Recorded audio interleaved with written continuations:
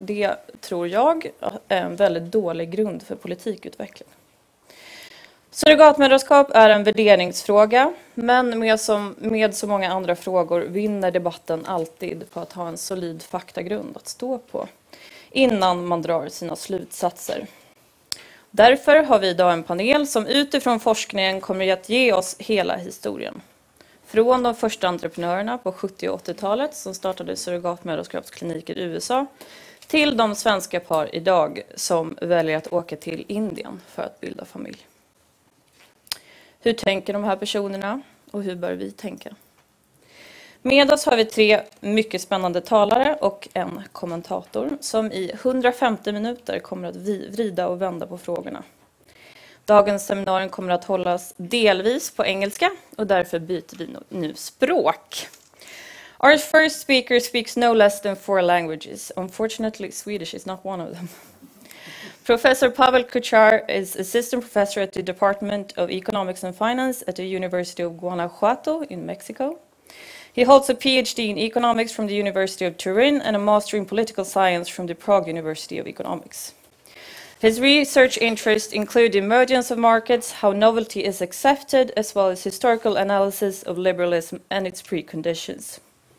Pavel Kuchar is one of the most knowledgeable people on the history of surrogacy in the United States, and it's a great honor for us to have you here at Timbro today.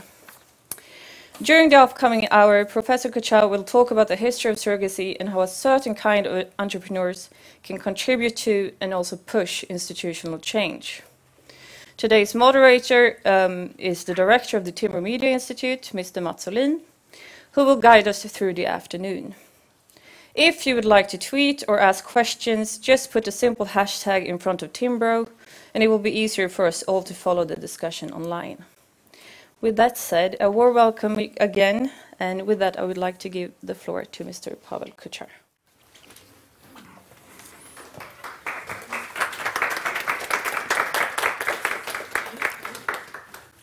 Thank you. Thank you very much, Lydia, for this generous introduction. I'm very happy to be here at Timbro with you. It's my first time in Sweden, and I'm enjoying my stay here so far very much.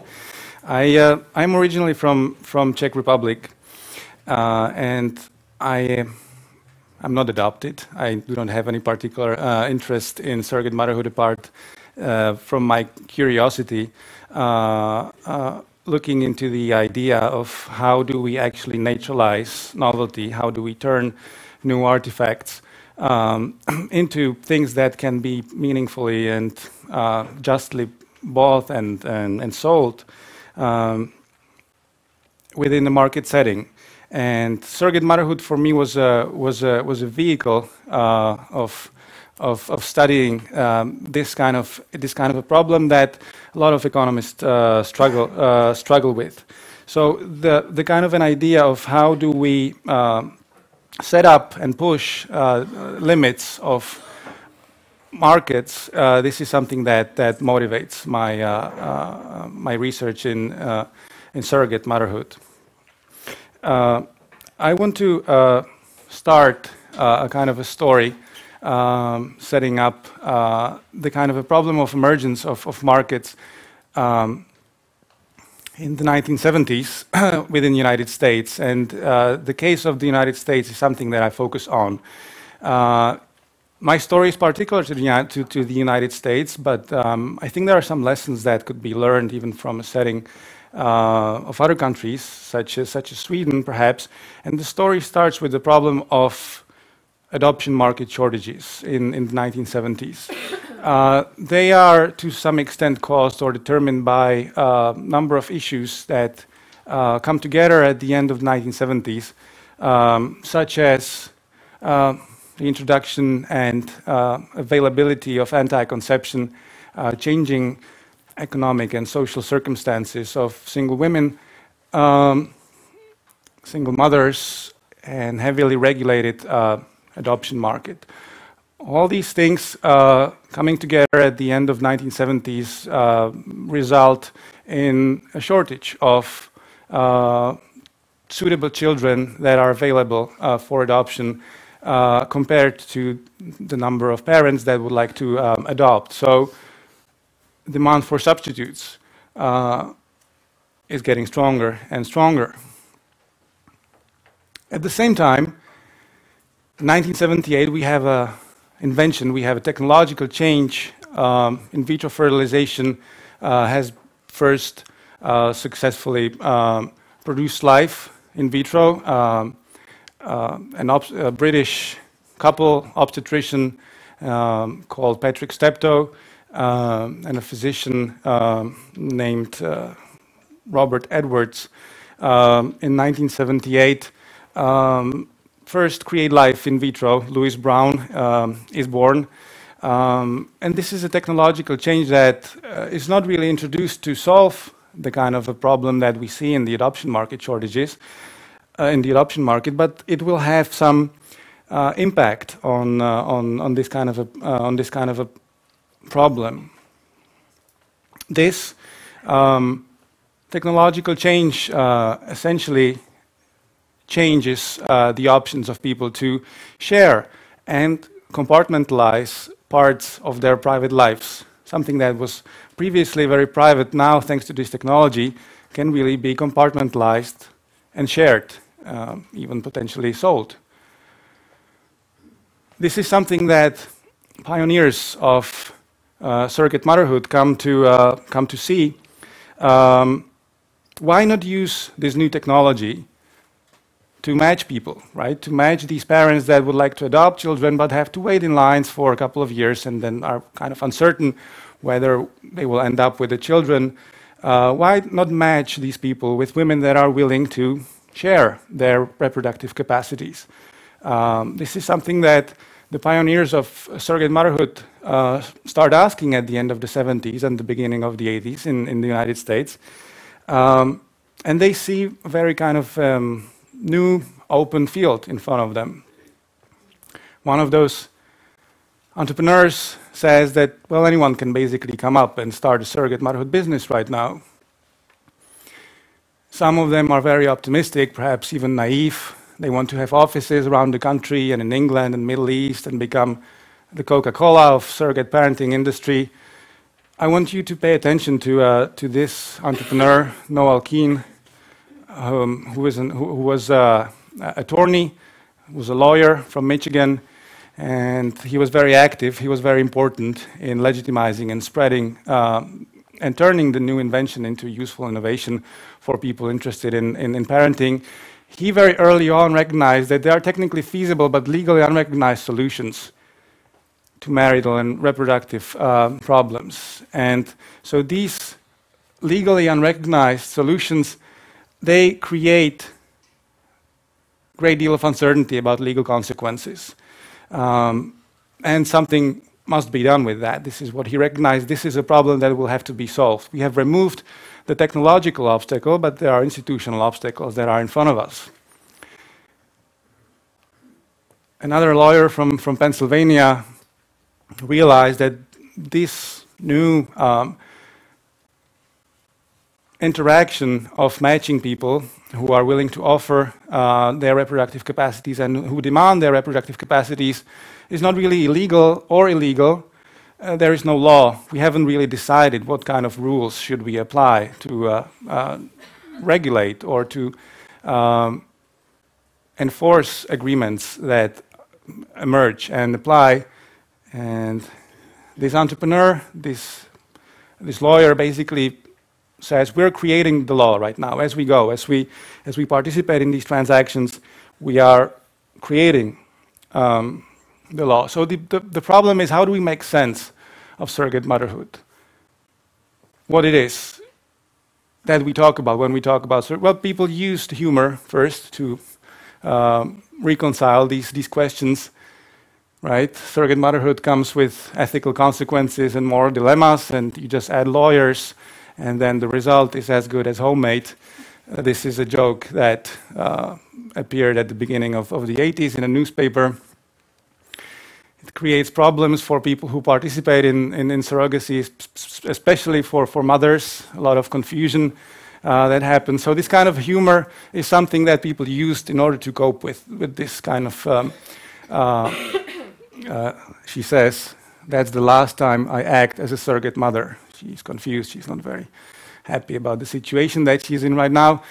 If we want to define surrogate motherhood in a more serious way, we could say that it is a contractual separation of genetic, gestational, and rearing aspects of procreation that is possible by way of scientific and technological progress.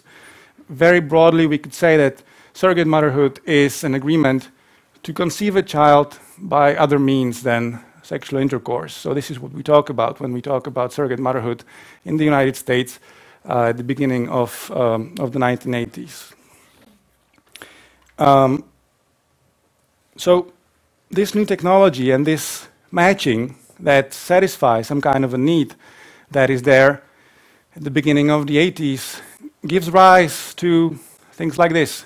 This is an advertisement that appeared in a Kansas newspaper in something like 1983, I think. Junction City Union, I think that was the newspaper. And you see that someone is advertising, looking for surrogate mothers that are needed for infertile couples, must be over 21, must have given birth, medical and living expenses paid for 10 months, Hagar Institute, Topeka, Kansas. Even the act of publishing this kind of advertisement in a newspaper today would be illegal in some jurisdictions. No, I'm not even talking about this transaction, but just the act of publishing and advertising for a surrogate mother would, in some places, perhaps like Washington, D.C., and other jurisdictions in the United States, that would be illegal in itself. But there is some heterogeneity in the United States, and some kind of a market has developed. So you have now places where even advertising would be illegal, and then you have some other places where you can advertise, you can contract a woman that will share her reproductive capacities with you, with the intended parents, and somewhere you can pay for that transaction. So my question is, how did this process of negotiating the meaning of a new technology, of this new invention, how did this process went about? And I said that the technological obstacles, that was the easy part. That was something that happened in 1978. But there were institutional obstacles in front of people who would like to use this invention and turn it into something meaningful, into something useful, into an innovation that could solve some kind of a problem for them. And it is very ironic that these institutional obstacles, I think I turn it down, turn it off. I think these institutional obstacles were so inconceivable that even the inventor, even the physician that first made it possible for life to be created in vitro thought that this technology shouldn't be applied in the context of sharing reproductive capacities, in the context of surrogate motherhood. He said later on, in the 2 years after the invention happened, well, you can't just come and stick some egg and sperm together in the culture medium. The use of surrogate mothers to carry a child for another couple should not be practiced. In effect, the medical situation, the technological problem, is then replaced by a much more complicated medical legal situation. So the idea is, how do we deal with that medical legal situation? How do we deal with this kind of a problem? If surrogacy was to become a useful innovation, really, that obstacle, that medical legal situation has to be removed. So the idea is how to make sense of the act of birth in the context of the new assisted reproductive technology. And I want to point out really the activity of those entrepreneurs, of those lawyers, and other people that started matching people and started challenging the existing legal framework. That, as they argued, was really not suited, that was not really fit, that was not very useful for the new phenomenon. So it was Noel Keane who was filing cases in order to test the legal environment. Very early on, in March '78, the Wayne Judge County, which is in Michigan, for the first time approved the adoption of a child born to a surrogate mother who was artificially inseminated. So she shared also her genes. She also shared her genetic material. And that was a big success for Keane because he says this is the first time that someone did it legally. Someone came out and someone used the legal process. It has finally been disclosed on the surface that a surrogate has done it for someone else. That was a big success. We have recognized that there is some kind of a transaction of this kind happening. When Noel Keane tried to do it again, but introduced money in the 1980s, he was turned down. And the judge said, the Michigan Court of Appeals said, if you want to go through with that transaction, we will apply the adoption law, and you will essentially be selling children, and that's illegal. So that is something where he bounced against the wall. But nevertheless, he and other entrepreneurs continued challenging the existing code. And the problem that we find here, and that is interesting, is that in both of these cases, it is the adoption code that covers the practice of surrogate motherhood. And as those entrepreneurs would come to argue, the adoption code is not particularly well suited for this kind of arrangement because we're dealing with something else. We're not dealing with adoption, and this is something that I'm going to explain later on.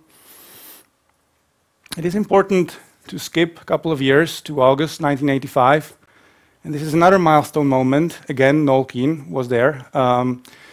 This is the first time that would become known as gestational surrogacy, meaning that the embryo created in vitro would be carried by a woman who has no really genetic relation to the embryo. She would be a carrier, gestational carrier. The judge that was deciding or that was administrating this case was really marveling at the situation that we're in because she said, well, this is a very strange situation. We do not really have any kind of a definition of mother. We never used it. It was very common sense. We've always seen a woman. That woman was giving birth. No one in their right mind could really doubt that the woman who just gave birth to a child is a mother. Why would we need the definition of something as preternatural as mother? And she said, in this case, we actually need it. Because in this case, as Noel Keane pointed out, we do not actually put the name of the woman who just gave birth to a child on a birth certificate. This is a big kind of a legal innovation that happens. But the problem is, well, who is the mother? A confusion kind of appears. Noel Keane said this is the first time that a birth mother, the woman who just gave birth to a child that was not genetically related to her, will not be placed on a birth certificate. We have always assumed that the woman who gives birth is the mother, but in this particular case, the mother has no legal right to the child. It's not hers, right? She has no legal right, no legal responsibility. It is the contracting couple. It is the parents that contracted her that have legal rights to the child from the beginning. They are on the birth certificate. In this moment, motherhood is reinterpreted. This is important. This is a very important legal and social kind of an innovation because at the moment where the birth mother's name is not on the birth certificate, different legal doctrines of establishing motherhood, of establishing the right to the children and the responsibilities to the child appear. The mother now could be genetical. Whose genes is it that the child is carrying? She could be gestational, because the woman that is actually carrying the child could be different from the woman that is genetically related to that child. And also, mother could be established based on a contractual doctrine, based on a contractual principle, meaning that she doesn't have to be really genetically related to the child. She could use a donor of the egg, for example. She doesn't have to gestate the child. She could use a carrier with the egg that was donated. She could be just a contractual mother. The woman that signed the papers and said, I want to use your reproductive capacities, and I am the mother, right? This was the case that happened in 1985. it was the contractual mother that was whose name was written on the birth certificate. And this is very important. I'm going to explain why does this matter. Besides the reinterpretation of motherhood, what was also changing was the climate of opinion. Climate of opinion, whether it is a good or a bad thing to hire a woman and use her reproductive capacities, that was also developing, and that was also a result of the efforts of the pioneers, of the entrepreneurs of surrogate motherhood. And one of the very important moments was the Baby M case in 1987. It was very medialized. And to some extent, it could be seen as a kind of a loss. So it is almost as if you read an existential drama from Dostoevsky, because here you have Mary Beth Whitehead. She was the surrogate. She offered her reproductive capacity. She offered her genes as well. And she was a lower middle income person. Her husband was a garbage man, so they were not particularly well off. On the other hand, William Stern and Elizabeth Stern, they couldn't conceive. Elizabeth Stern had some medical difficulties that prevented her from conceiving a child. They were a couple that was well educated, upper middle class. They were economically well off. And furthermore, besides the medical problems of Elizabeth Stern, William Stern was the last member of a family who deceased during the Second World War. So for him, having a genetically related children was crucial. It was not a game. It was not a joke that he was playing, right? What happened is Mary Beth Whitehead decided that she's going to default on the contract. When the child was born, she said, you know what, I'm not giving her up. I signed these papers, but I didn't understand what I'm doing, and I'm not giving you the child. She ran away. She was on a run for about 3 weeks. And it was a very touching story. You can actually find a movie about it. But what happened when this problem was brought to a court, the judge, you can't see it, but here's his name, Harvey Sorko in New Jersey, said, you signed a contract, and the contract is going to be enforced. So it is not your child. William Stern is going to be the father, and he is going to get the child into his custody. What happened is that Mary Beth Whitehead appealed, and the Court of Appeals of New Jersey overturned that decision and said, this contract is not enforceable because it violates public policy of New Jersey. We will not take genetically related children from their mothers. But nevertheless, it is in the best interest of the child, who has already been living for more than a year with Elizabeth and William Stern, to stay with them. So it was a kind of a Solomonic decision, saying these contracts are against the public policy, but the child stays with those contractual parents. In that sense, again, Noel Keane hits the wall, because he's not able to persuade nor the judge nor the public that we should have markets and enforceable contract whose consequences will be taking genetically related children from their mothers. He was not able to do that. But nevertheless, this case was a big victory to some extent for Stern, for Noel Keane, the entrepreneur. And this is how he took it, because what you can see happens is spikes in, this is my do-it-yourself engram. I looked through Google News and searched for surrogate motherhood or surrogacy, and you find that there are spikes in all the regions of the United States, Midwest, Northeast, South, and West. In 1987, all the newspapers write about surrogacy. Everyone talks about surrogacy. Here you see that it is, of course, very much pronounced in the Northeast, less pronounced in the West, California, Portland, Washington. You see another kind of spikes here in the West. That's something that I'm going to mention later on. But this is very important because it raises awareness. The Baby M trial, although it was not a victory for the entrepreneur, it motivated a conversation and it raised the percentage of population that was aware about the problem, about social problem of translating a new technology into something that would be useful. And you see that after 1987, after the lower court enforced the contract, almost everyone in the United States in a Gallup poll said, we know that there is something like a surrogacy, and we know that surrogacy is a kind of a problem. Furthermore, the judicial decision that enforced the contract on the mother had a strong affirmative effect.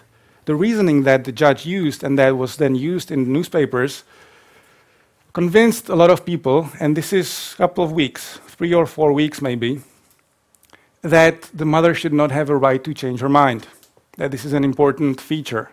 Contract enforcement is very important. And you see that before the trial had started, about 2/3 thought that. After 3 or 4 weeks, you have 13% added to this. So this kind of a public discussion changes the climate of opinion, and I think that really the efforts both of the judge and those entrepreneurs are really important to recognize there. You also see that the median person that you find in the States changes her or his idea about whether surrogacy is a good thing to do. So you see that in 1983, the median person here in the center is not really sure anywhere in the States whether surrogacy is a good thing. You see that on the left you have people who approve, on the right you have people who disapprove. The median voter here says, well, I don't know if it's a good thing or not. Within 10 years, the median voter throughout the United States would say, I think that surrogacy is a virtuous thing. I think surrogacy is a good thing to do. So there is a change of a climate of opinion. And last moment there that is really important at the beginning of the 90s is the case of Johnson versus Calvert that happened in California. And in California, this was a case of gestational surrogacy, so the mother was not genetically related to the child, but she nevertheless decided to bail on those intended parents and default on the contract, saying, I am keeping the child. The lower court ruled against her and said, you signed the papers, you're not the mother, you don't have any right to keep the child. She appealed. The California Supreme Court said the lower court was right. Gestational surrogacy contracts are enforceable, do not violate public policy, and in a case of contested gestational surrogacy agreement, the intentions and the aim in conceiving the child should determine the parentage. So this is important because the innovation that was introduced, the legal innovation that was introduced in 1985, you have motherhood established by intention, is now legally confirmed by California Supreme Court. And you have a legal precedent that basically transforms our understanding of what motherhood is and how is it established within 1 decade. Right? The traditional belief that a birth mother is also the legal mother came to be reconsidered. You have those two things at play. That cognitive frame of what motherhood is and changing the climate of opinion that is changing the situation. Why am I talking about this? Why does it matter? Right? Why does the interpretation of motherhood in the context of new technology matter? The single key thing that I want to call your attention to here is the idea of contract enforcement. Why is contract enforcement a good thing? If you basically live in a world where the rules are not really defined, then you don't know what is it that you're getting into. And when you don't know what you're getting into, you don't know what will happen when something goes wrong. You don't know what happens when a child is born disabled. You don't know what happens when 3 children appear and you just wanted 1. You don't know what happens when the mother decides to change her mind. When this happens, people that are participating in these transactions are really subject to great uncertainty and can't really select themselves out. They say, you know what, I will try it, and if something goes wrong, then I will go from there. But what happens is, for example, a case that happened in Czech Republic a couple of months ago, is that 2 children were born, one was disabled, and the parents said, you know what, we don't want the second one. You keep it and do whatever you want. If contracts are enforceable, if there is full contract enforcement, then at the moment when you sign the contract, you are the parent of the child. And when the child gets born, you have the rights and the responsibilities for it. What is important when you have cases of traditional surrogacy, a lot of states, for example, give time for the mother to change her mind. 3 days, let's say. So after the child is born, the mother has 3 days to say, yes, I actually meant what I signed, and you can take the child. In those 3 days, the child is as if it were without the parent. The mother is not really the mother because she can say, it's mine or it's not. And the intended parents are not really parents because they have to wait for the mother to give her consent. There is some kind of intermediate agency that takes custody. That usually is the local government. That is kind of a formal parent of the child in that meantime. You see that the rules are really arbitrary in that sense. This is something that you can't consider to be contract enforcement. It is very arbitrary and it is not stated up front. When the rules are well defined, contract enforcement matters because it mitigates uncertainty. People can select themselves out. If you have doubts about your ability to go through the process, relinquish the child, you will not do it because you know that the rules will be enforced. If you are not sure that you can go through a transaction where you will have to pay a lot of money, then you will not, to have a child, then you will not really do it. This is a process that selects people to participate in surrogacy who are apt to do it. Without it, there is a great deal of contractual uncertainty, and the transaction costs of going through surrogacy are very high.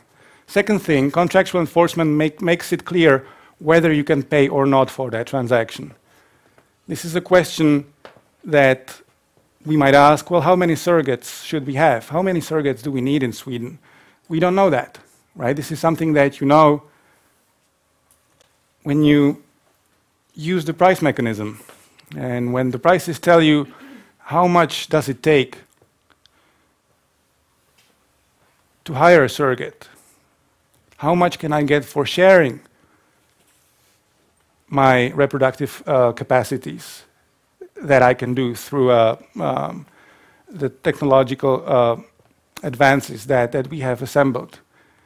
Noel Keane in the 80s said, unless surrogate mothers can be offered a meaningful compensation for their services, very few children will be brought legally into the world in this manner, right? The problem is that if full contractual enforcement is an important thing because it creates rules and we know that they will be enforced, then if you only apply those rules to people who do not pay for those services, then there is still really a great number of people who would like to pay or be paid for those services, but those clearly defined rules do not apply for them because they are in the legal void. They are not really subject to that contractual enforcement. And this is what he says here. Very small number of children will be brought legally. If you prohibit contractual surrogacy, that doesn't mean that people will stop doing it, right? People will still be paying for those services, but will be doing that in a semi-legal or illegal way. A prohibition of compensation, as Keane said, for surrogate motherhood is equivalent to a prohibition of the practice itself. And I have looked actually into the numbers in the United States. And in the United States, you can actually see that there are something like 4 different legal regimes of contractual enforcement of surrogate motherhood. You have legal void, you have legal inaction. This is the most common. The states do not have any kind of a law, so you don't know whether the contract is enforceable or not. You have a prohibition. It is illegal to go through that. If you hire a surrogate, you will go to jail. And then there are states who actually enforce those contracts. Some of them have statutes and they regulate the practice, and some of them have case law. Case law is the most liberal of those enforcement mechanisms because it basically says unless there is duress, unless the agreement is unconscionable, unless you press the women into that, any kind of a contract will be enforceable. Those terms that those parties agree on, we will enforce them. This is not the case mostly in the statutory regulation because there are strings attached. And those strings tell you the contract enforcement only applies to parents that we have screened before. So they must be fit to become parents. We will send someone, we will review them, and then if we find them to be fit, they can go through. The mother must have some qualities. The mother will have to go through psychological screening that is administratively certified. The mother sometimes is required to already go through a pregnancy. That means a lot of people do not qualify for contractual enforcement because a lot of people do not qualify for these conditions. And what you see when you compare the numbers, here on this axis, you have a number of surrogate motherhood pregnancies within a state per year divided by 1,000 women aged 15 to 44. So basically for a population of fertile women in a given state in a given year, what number of surrogate motherhood pregnancies do we see? And we see that the most liberal case law ordering enforcement regime has twice as much surrogate motherhood pregnancies than states that legalize surrogacy but regulate it, and obviously then states that do not have any kind of legal regime, or states that prohibit it. What is really interesting here is that statistically there is really no difference between these three legal regimes. The state within the United States that enforces but regulates surrogate motherhood is really in many situations not very different from the states that prohibit it. A lot of people do not qualify for contractual enforcement in states that regulate surrogate motherhood. This is what Keane said here. A prohibition on compensation for surrogate motherhood is equivalent to a prohibition of the practice. This is something that you actually empirically see 30 years after Noel Keane said that. Right? Here, many of those states prohibit paid surrogacy, and they're actually not very different from those states that prohibit surrogacy altogether. This is what you see in this graph. This is the take-home, this is the lesson, right? Regulatory strings attached make a difference in terms of whether legislation will actually help people and serve them to set up rules that will be clearly defined and strictly enforced. Those regulatory strings attached, they sometimes make those rules vaguer. They make them apply only to some people. They do not make it clear whether they will be enforced in the end.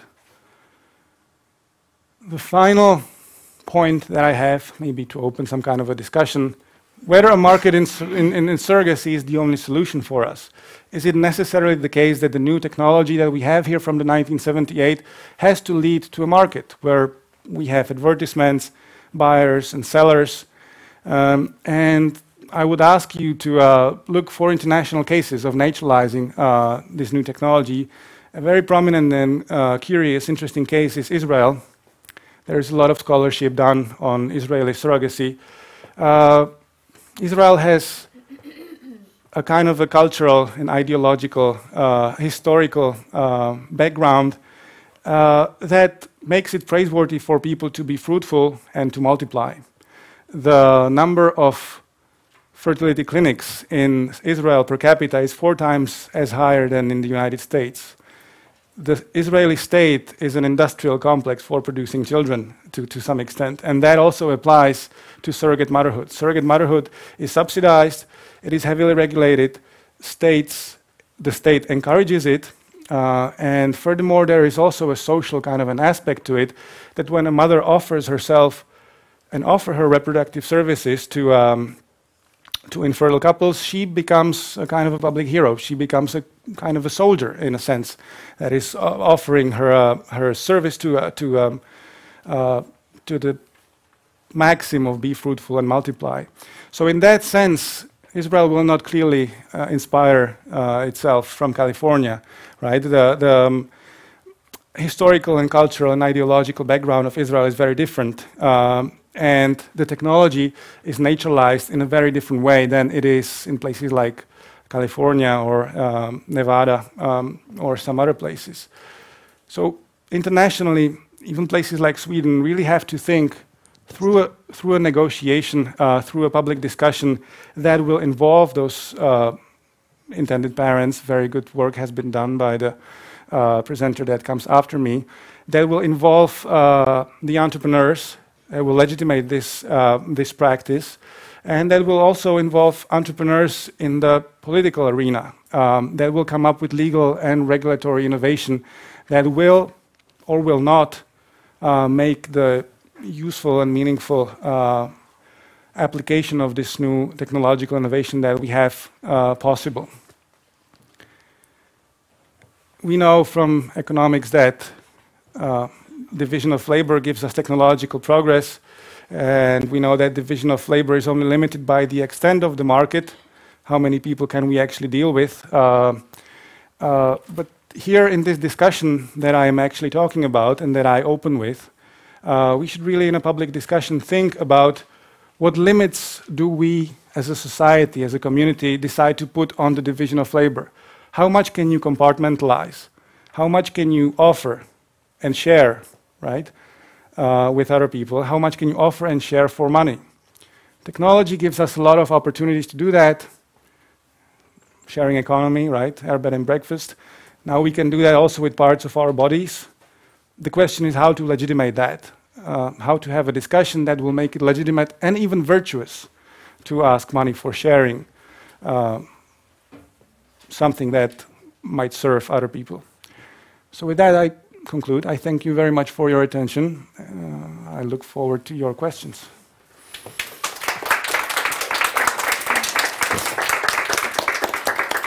Thank you, Pavel, for a fascinating presentation and insights in the American perspective on this fascinating issue. I was just thinking, you will get some questions here from the audience, I'm sure. We have 15 minutes, so please prepare questions. But I think I would like to start. Could you describe what a contract like this is really made up of? For instance, how much money are we talking about? I heard on the Swedish media outlet that some Swedish people paid around $40,000 American dollars for doing this. Is that a relevant figure? So I think it really depends. The way how this industry is really organized today is that you tend to have in the United States surrogate motherhood agencies. And that surrogate motherhood agency typically has a woman who has been a surrogate mother in her life, so she's the boss, she's the director. It has a physician, an obstetrician, that's also part of that agency, and it has a lawyer. And that's an agency, that's something like a firm. And those agencies tend to hire surrogates. So they have a list, they have a waiting list, there are women, they're ready to offer their services. And they just wait for intended parents to come in and ask for a surrogate. You have to pay to all those people. You have to pay to the obstetrician, you have to pay to the lawyer, you have to pay to the surrogate. I think that in the United States, the price for all these costs can go up to perhaps $180,000 or $200,000. Oh. And of course, the pay that goes to surrogate is a fraction of this. A lot to the lawyer, then. Or a lot to the lawyer. How much to the mother? A lot to the agency. A lot to the physician. How much to the mother? Do you know? So I'm not really sure about the details of the market, but I think that the number that you said could be about right. Something between $20,000 to $40,000 perhaps could be. You would have to trust the mother of living a very healthy life during the time of pregnancy.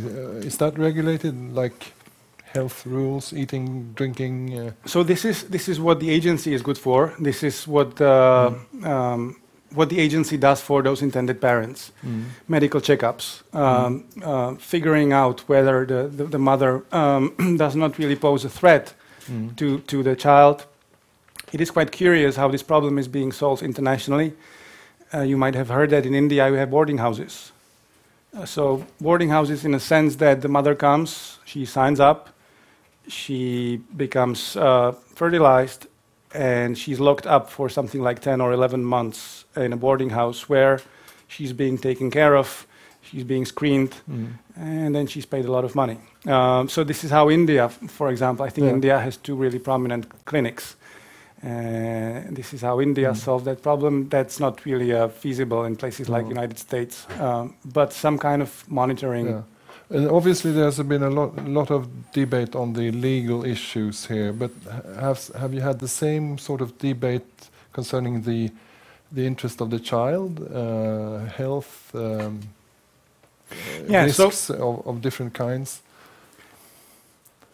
So this is something that I have read superficially on, and there is a lot of research written on this, trying to figure out whether this will not result in people or children that are disabled, that came through a process of birth and gestation that is different from what we are used to.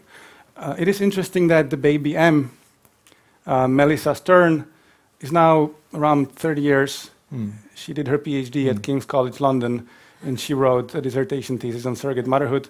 None of the evidence so far show that children born through surrogacy are different, have psychological problems that are systematically different from people born in a natural way.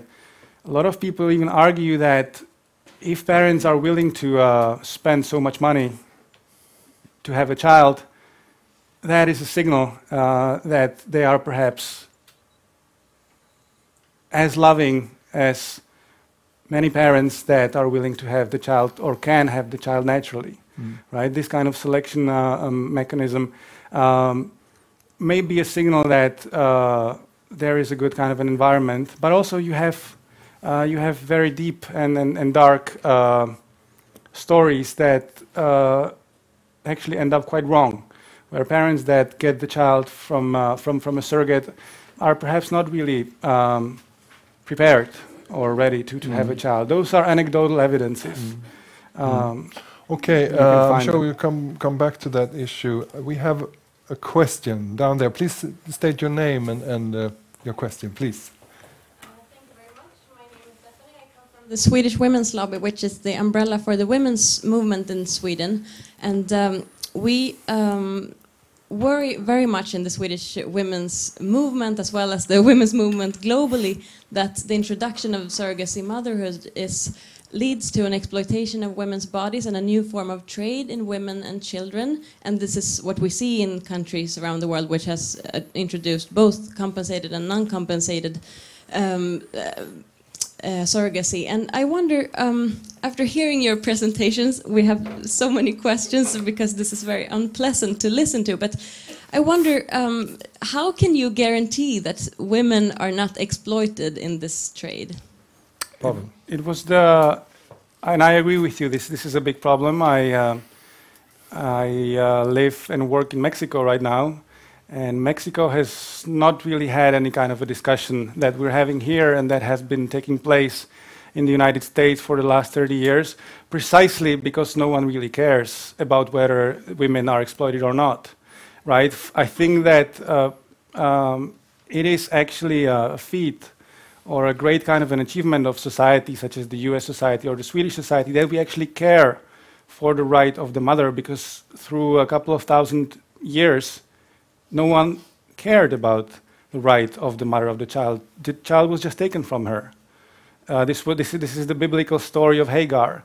And I think that the solution that I and you worry about to the exploitation of women is precisely contractual enforcement. Unless contracts are enforced, unless the rights and responsibilities of the contractual parties are clearly defined before the transaction takes place, then you can't really be sure that the rights of that women will be protected. Yeah. And so I think that it is not really the market that exploits the woman. This is the case of interviews of those Swedish couples that have observed firsthand what does this kind of transaction do to an average Indian woman, right? She doesn't really have very good opportunities ahead of her. The work options are probably not very good, and now she can actually go to that boarding house, spend 10 or 11 months there, and then get a lot of money, send her children to the university, fix her house, I don't know, whatever the woman might be interested in. If you prohibit that, you are sentencing the woman to the option that you find not really desirable in the first place. The exploitation does not happen through that voluntary market transaction. The exploitation comes from rules that are imprecisely defined.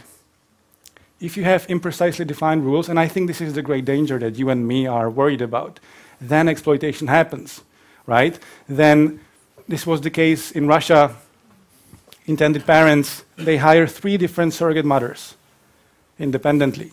All of them give birth to a child, and then the parents come and say, I don't like this one, I don't like this one, I will take this one. This is a very botched case that only can exist because there are no rules to be enforced. If those 2 mothers could take those parents to a judge, then there would not really be any kind of an exploitation, in the sense that those women would not have to go through the pains of being artificially inseminated, carrying the child to the term, and then being left with it, right? So I think that clearly defined rules and strict contractual enforcement is a good step toward mitigating exploitation.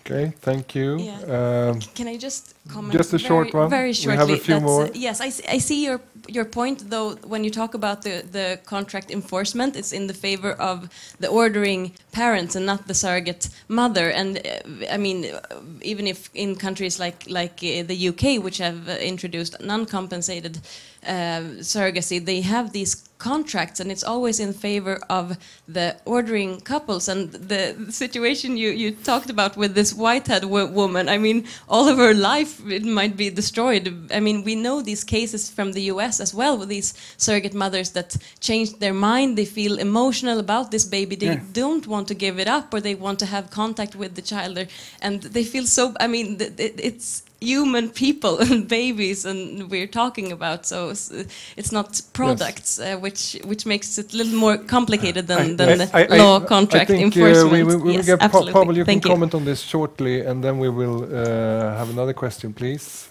Pavel, would you like to comment more on this, or we will come back to this, I'm sure, in the next presentation. I think that the Mary Beth Whitehead, the baby M case, was precisely a problem of vaguely defined rules.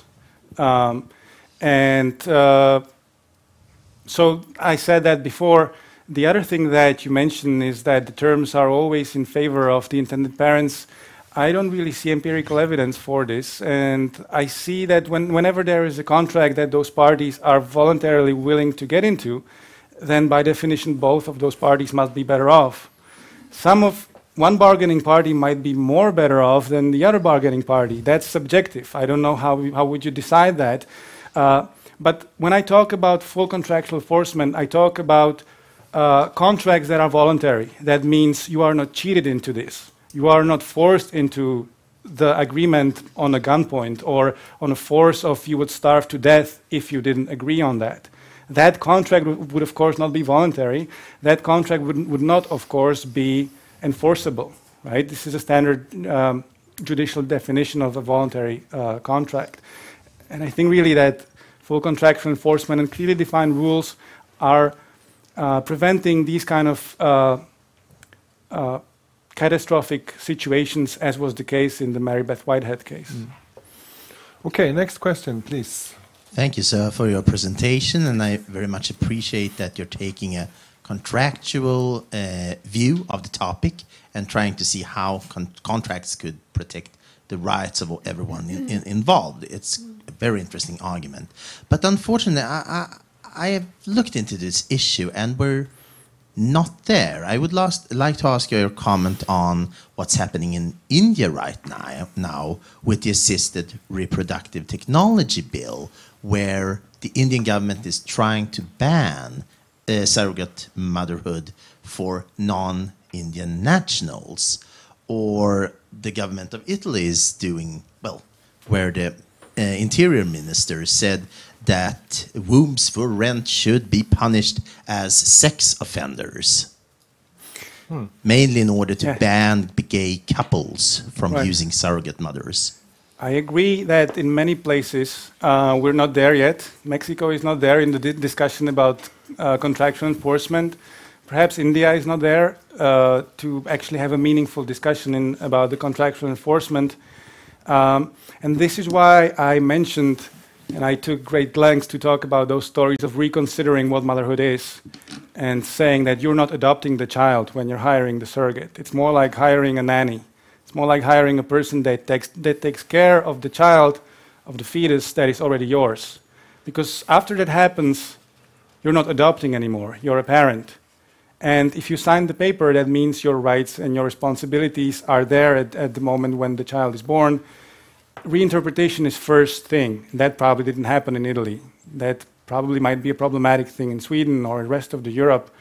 Second thing, the climate of opinion, right? You must have a meaningful part of the society actually thinking that this is a virtuous and legitimate and just thing to do. Unless you can persuade, as an entrepreneur, as a politician, as a surrogate, people that are around you in your community that this is a legitimate thing to do, then you will probably not be able to have a meaningful discussion about contractual enforcement. And I think that this is what needs to precede before we can talk about the legal problem. And that probably didn't take place yet in places like India or Mexico, for that matter. We have another question, please. Kan vi få micken framåt, tack. Since you have please, your name, please. I appreciate very much your thorough review of the legal situation. However, there are still a lot of areas where we would have to continue the work. In Sweden, for instance, it is not, and in many countries, you cannot buy organs for transplantation. But in your presentation, we are talking about a compensation for the gestational mother. How do you conceive of, or how do you compare the two? So these are things that broadly are researched under the umbrella of something that we might call contested commodities.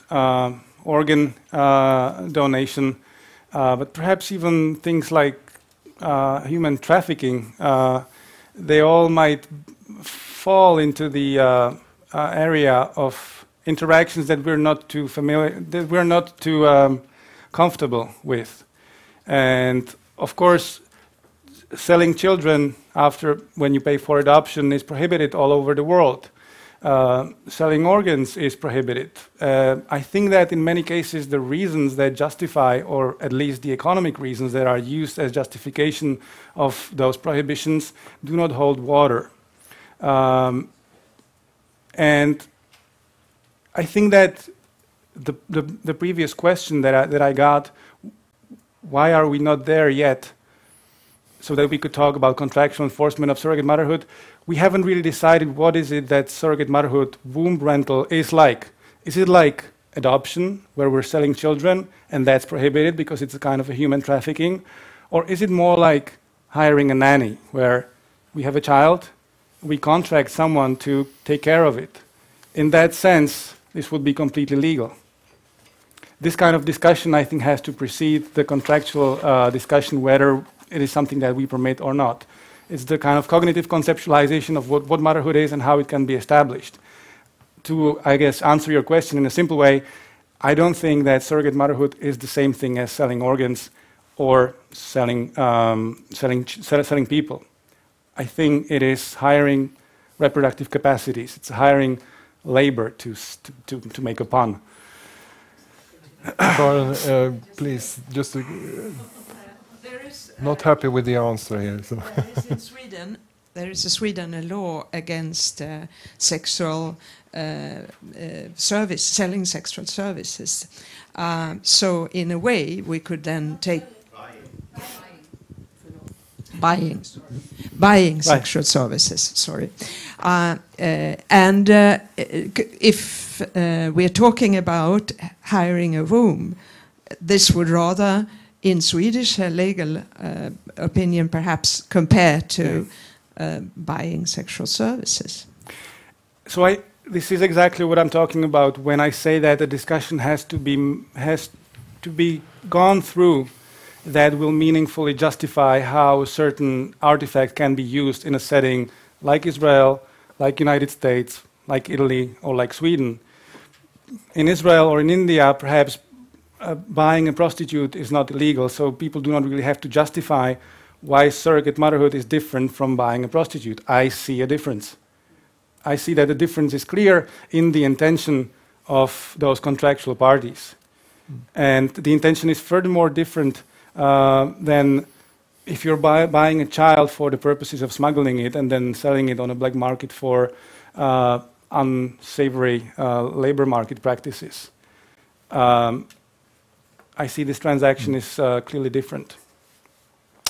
Okay, thank you, Pavel. We will come back to you in the end of the seminar when we discuss all together. But thanks very much for a great, interesting presentation. I would like very much to appreciate your invitation and your insightful and challenging questions. Yeah. Thank you. Let's give him a hand again. Och nu kommer jag till Pavels olycka då att switcha till svenska. Och det kommer vi att hålla oss till i panelen här ett par timmar är det väl. Och då är det jättekul att få introducera nästa talare. Och det är Anna Arvidsson. Hon är doktorand vid institutionen för kvinnors och barns hälsa vid Uppsala universitet. Och hon forskar om surrogatmödraskap och har satt sig in ganska detaljerat får man säga hur föräldrar helt enkelt resonerar både på den tagande och den givande sidan. Och det ska vi få höra mer om här den närmaste halvtimmen. Välkommen Anna, välkommen upp. Tack.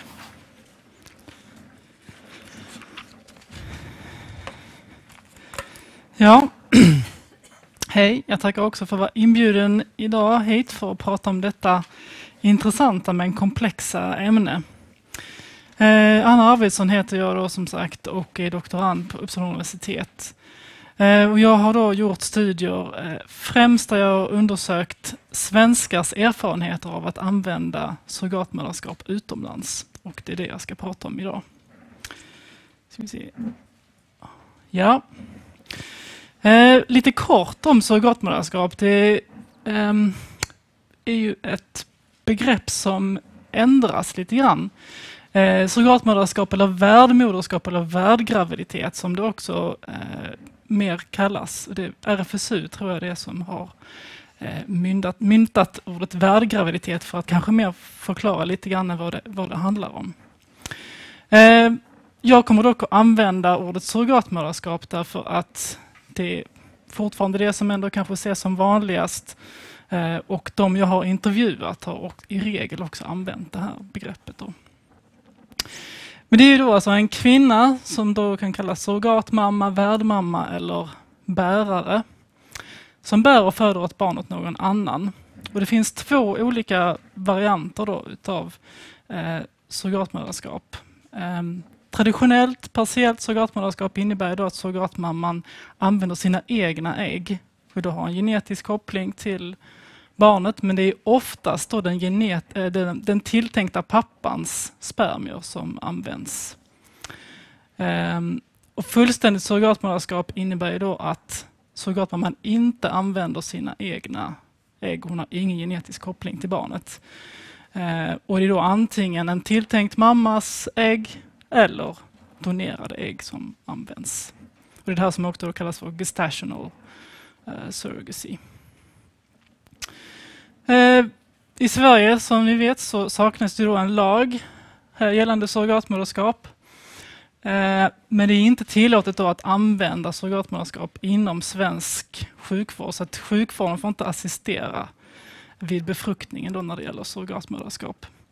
Men det är i sig inte förbjudet att vara surrogatmamma eller att använda sig av surrogatmödraskap, så att man kan, om man har möjlighet att använda heminsemination, om man då känner någon som skulle vilja vara surrogatmamma, så kan man då göra en heminsemination. Men det innebär ju då att man måste använda surrogatmammans egna ägg i det här fallet.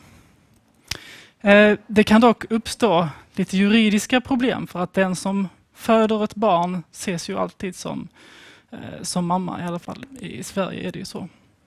Så att det behövs ju då en juridisk process för att de tilltänkta föräldrarna ska kunna bli juridiska föräldrar. Och det är ju inte så vanligt som jag har förstått, utan de flesta har ju då åkt utomlands för att använda surrogatmödraskap, och de flesta har då åkt till Indien, ganska många har också åkt till USA. Och Indien har ju då varit det land som har varit vanligast även internationellt, alltså även andra länder har då främst vänt sig till Indien.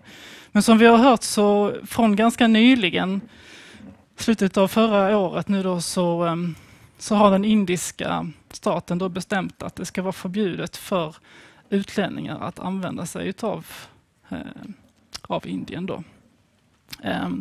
Dock de som redan är igång i sin process för så att säga fullfölja den, men inga nya då ska tillåtas att använda Indien för surrogatmödraskap. Det finns dock ingen lag som jag har förstått, men det är det som är uttalat från Indiens sida. Jag har då gjort en intervjustudie med 15 svenska par, 9 samkönade par, enbart män, och 6 heterosexuella par. Då har 10 stycken par vänt sig till Indien, 3 par till USA och 2 par till länder i norra Europa. De tänker jag inte säga så mycket om. Dels för att de är ganska få, och dels för att de har en helt annan process än de som vänt sig till Indien och USA. Har man vänt sig till Indien och USA så har man då vänt sig till en agentur, en agency som då förmedlar surrogatmammor. Men de som har vänt sig till länder i norra Europa, de har då tagit direktkontakt med surrogatmamman via nätet och internet. Man har gjort en heminsemination och inte vänt sig till någon klinik eller haft någon kontakt med någon agentur då. Så att man har fått en helt annan process.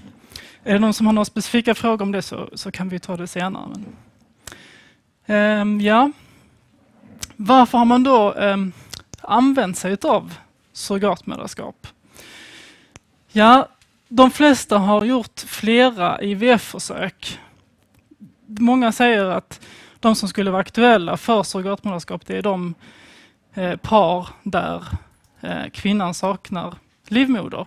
Men inget av de paren i de heterosexuella paren som jag har intervjuat har man saknat livmoder, utan det är av andra skäl och ibland ofta okända skäl som man har inte kunnat bli gravid. Så man har ändå försökt med IVF och försökt bli gravid på det sättet. Men inte lyckats, och många har försökt kanske 10 gånger då, med 10 IVF-försök innan man har kommit fram till att det här fungerar helt enkelt inte. Och det har ju också gjort att en del har varit för gamla för att adoptera. Även om i princip alla har uttryckt att det har varit tanken när man nu inte har funkat med IVF, så har man velat adoptera. Men en del har varit för gamla, och det ser lite olika ut med gränsen i åldersgränsen i olika kommuner, men cirka 42 år tror jag det ligger på. En del har då inte haft möjlighet att adoptera utav medicinska skäl. Adoptivländer tillåter ju inte att man har vissa sjukdomar, diabetes, eller att man har haft cancer, men ändå, även om man är friskförklarad, så är det ändå ett skäl för adoptivländer att neka adoption. En del har också tyckt att det har varit svårt att adoptera. Det är långa köer idag, och man har tyckt att det har varit en säkrare och bättre sätt att använda surrogatmödraskap om man vill ha ett litet och friskt barn då. Och det har gjort att de heterosexuella paren har i princip sett att det här har varit deras sista utväg att få barn.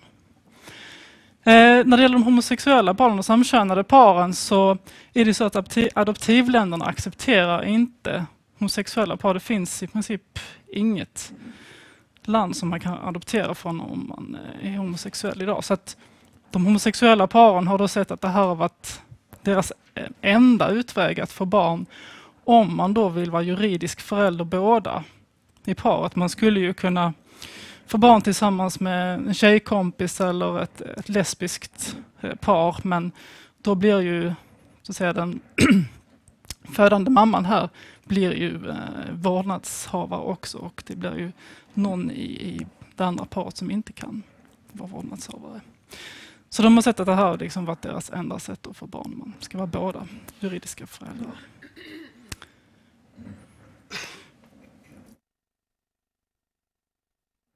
Ja.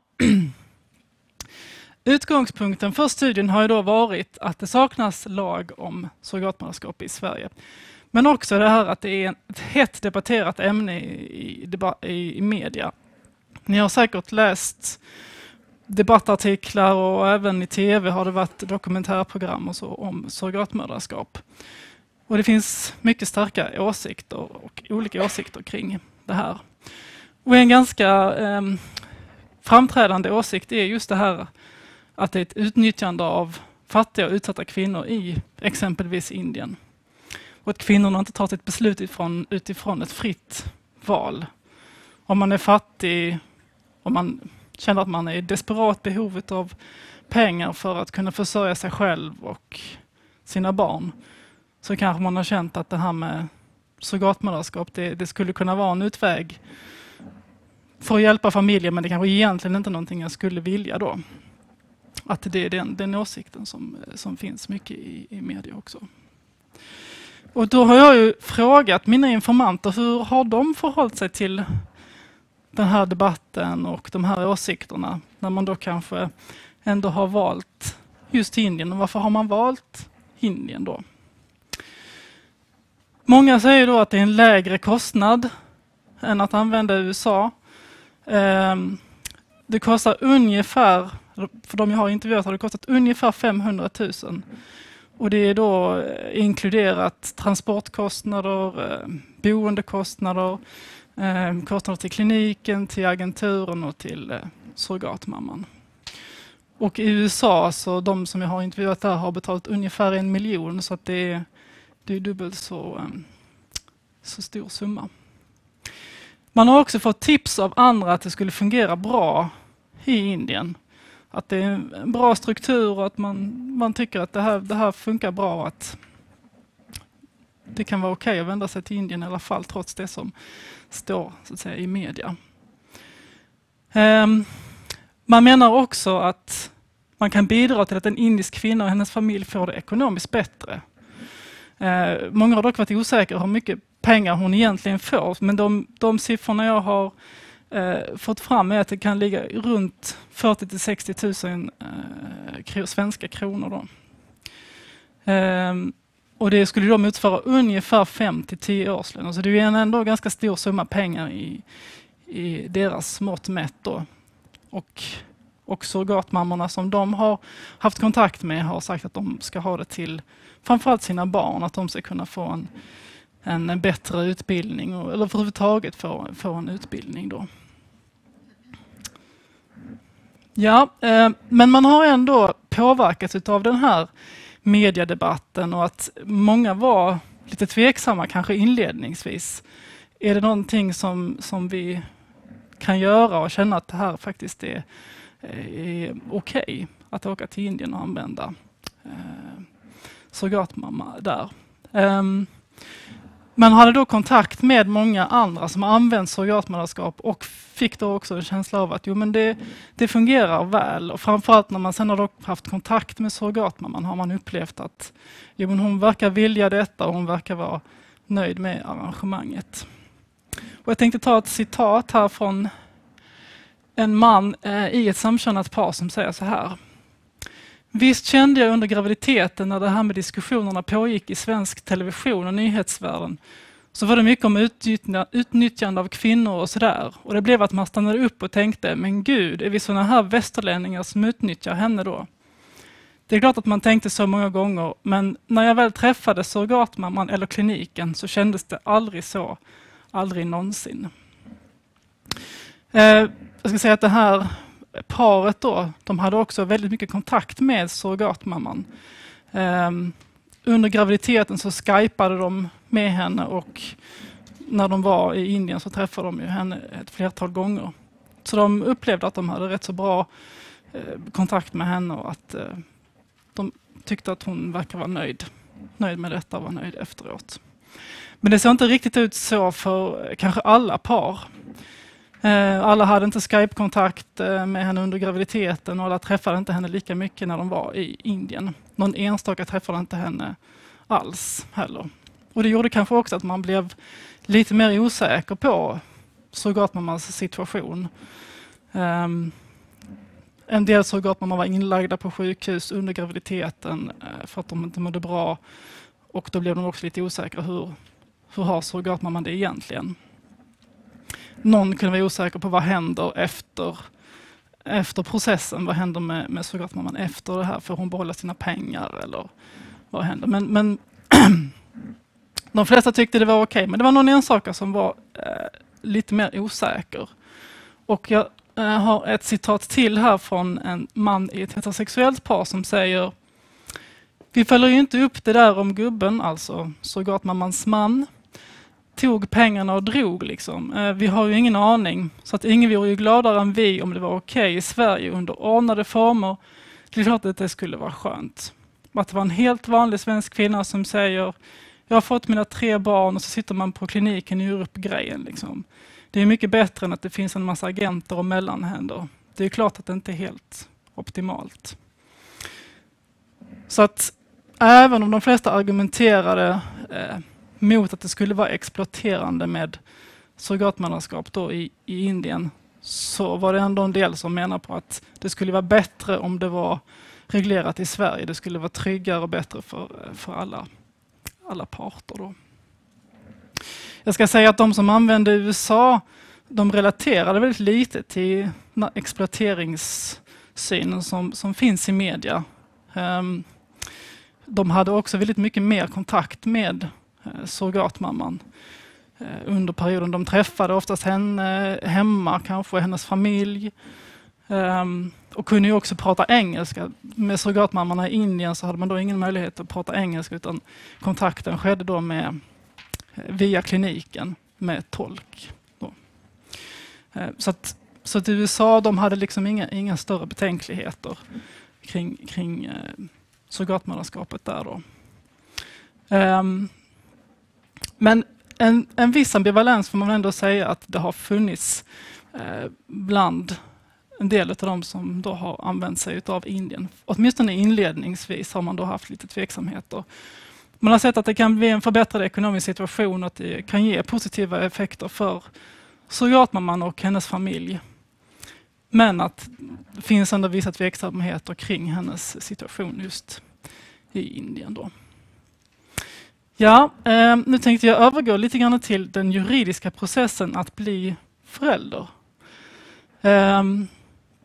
Det är ju så att i de här länderna som man nu använder surrogatmödraskap, där ses ju de tilltänkta föräldrarna som föräldrar. Men att det kanske inte är så när man då ser till Sverige. Det är ju ganska många som är inblandade i den här processen att bli förälder på.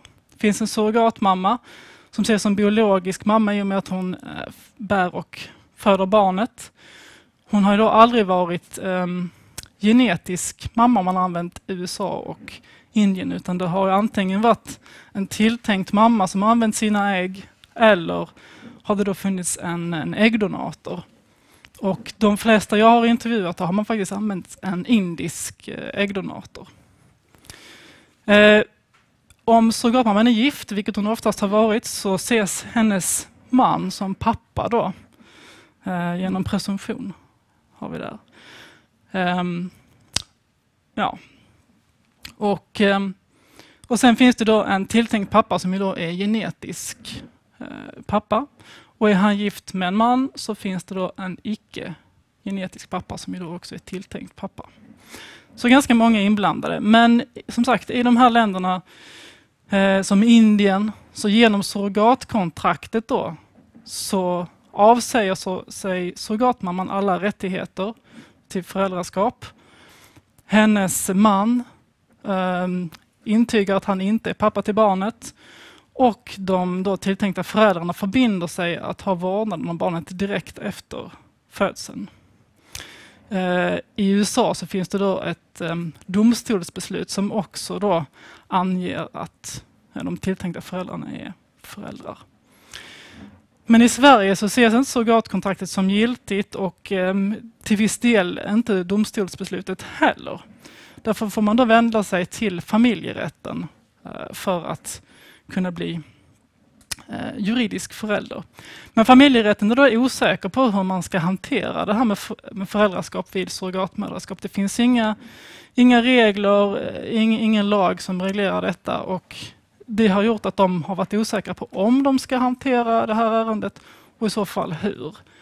Och det har lett oftast till en lång och komplex process till juridiskt föräldraskap. Och det har också lett till olika processer, därför att familjerätterna har då resonerat olika. Det gemensamma har ändå varit att det som har framkommit i det här surrogatkontraktet och domstolsbeslutet, det behöver fastställas i enlighet med svenska dokument med surrogatmammans underskrift. Så att man har ibland behövt skicka papper till Indien för att få hennes underskrift då. Och då kan ju vara en lång process och man har inte alltid hittat henne igen heller. Men en del familjerätter har då valt att hantera faderskap och vårdnad då för den genetiska pappan. Och då har det blivit en hyfsat smidig process. En del har menat på att vi kan hantera faderskapet men inte vårdnaden. Då har man hänvisat till tingsrätten. Och en del familjerätter har menat att nej, men vi vill inte alls hantera det här. Det är inget reglerat i svensk lag. Det blir rättsosäkert om vi ska hantera det. Vi hänvisar till tingsrätten. Oftast en lite längre komplicerad process. Man måste tillsätta en god man för barnet till exempel. Och det här har då gjort att föräldrarna har reagerat att det har varit så olika processer. Man har oftast fått höra hur andra har gjort och man har sett att det har varit väldigt olika och komplexa processer då. Här är också ett citat.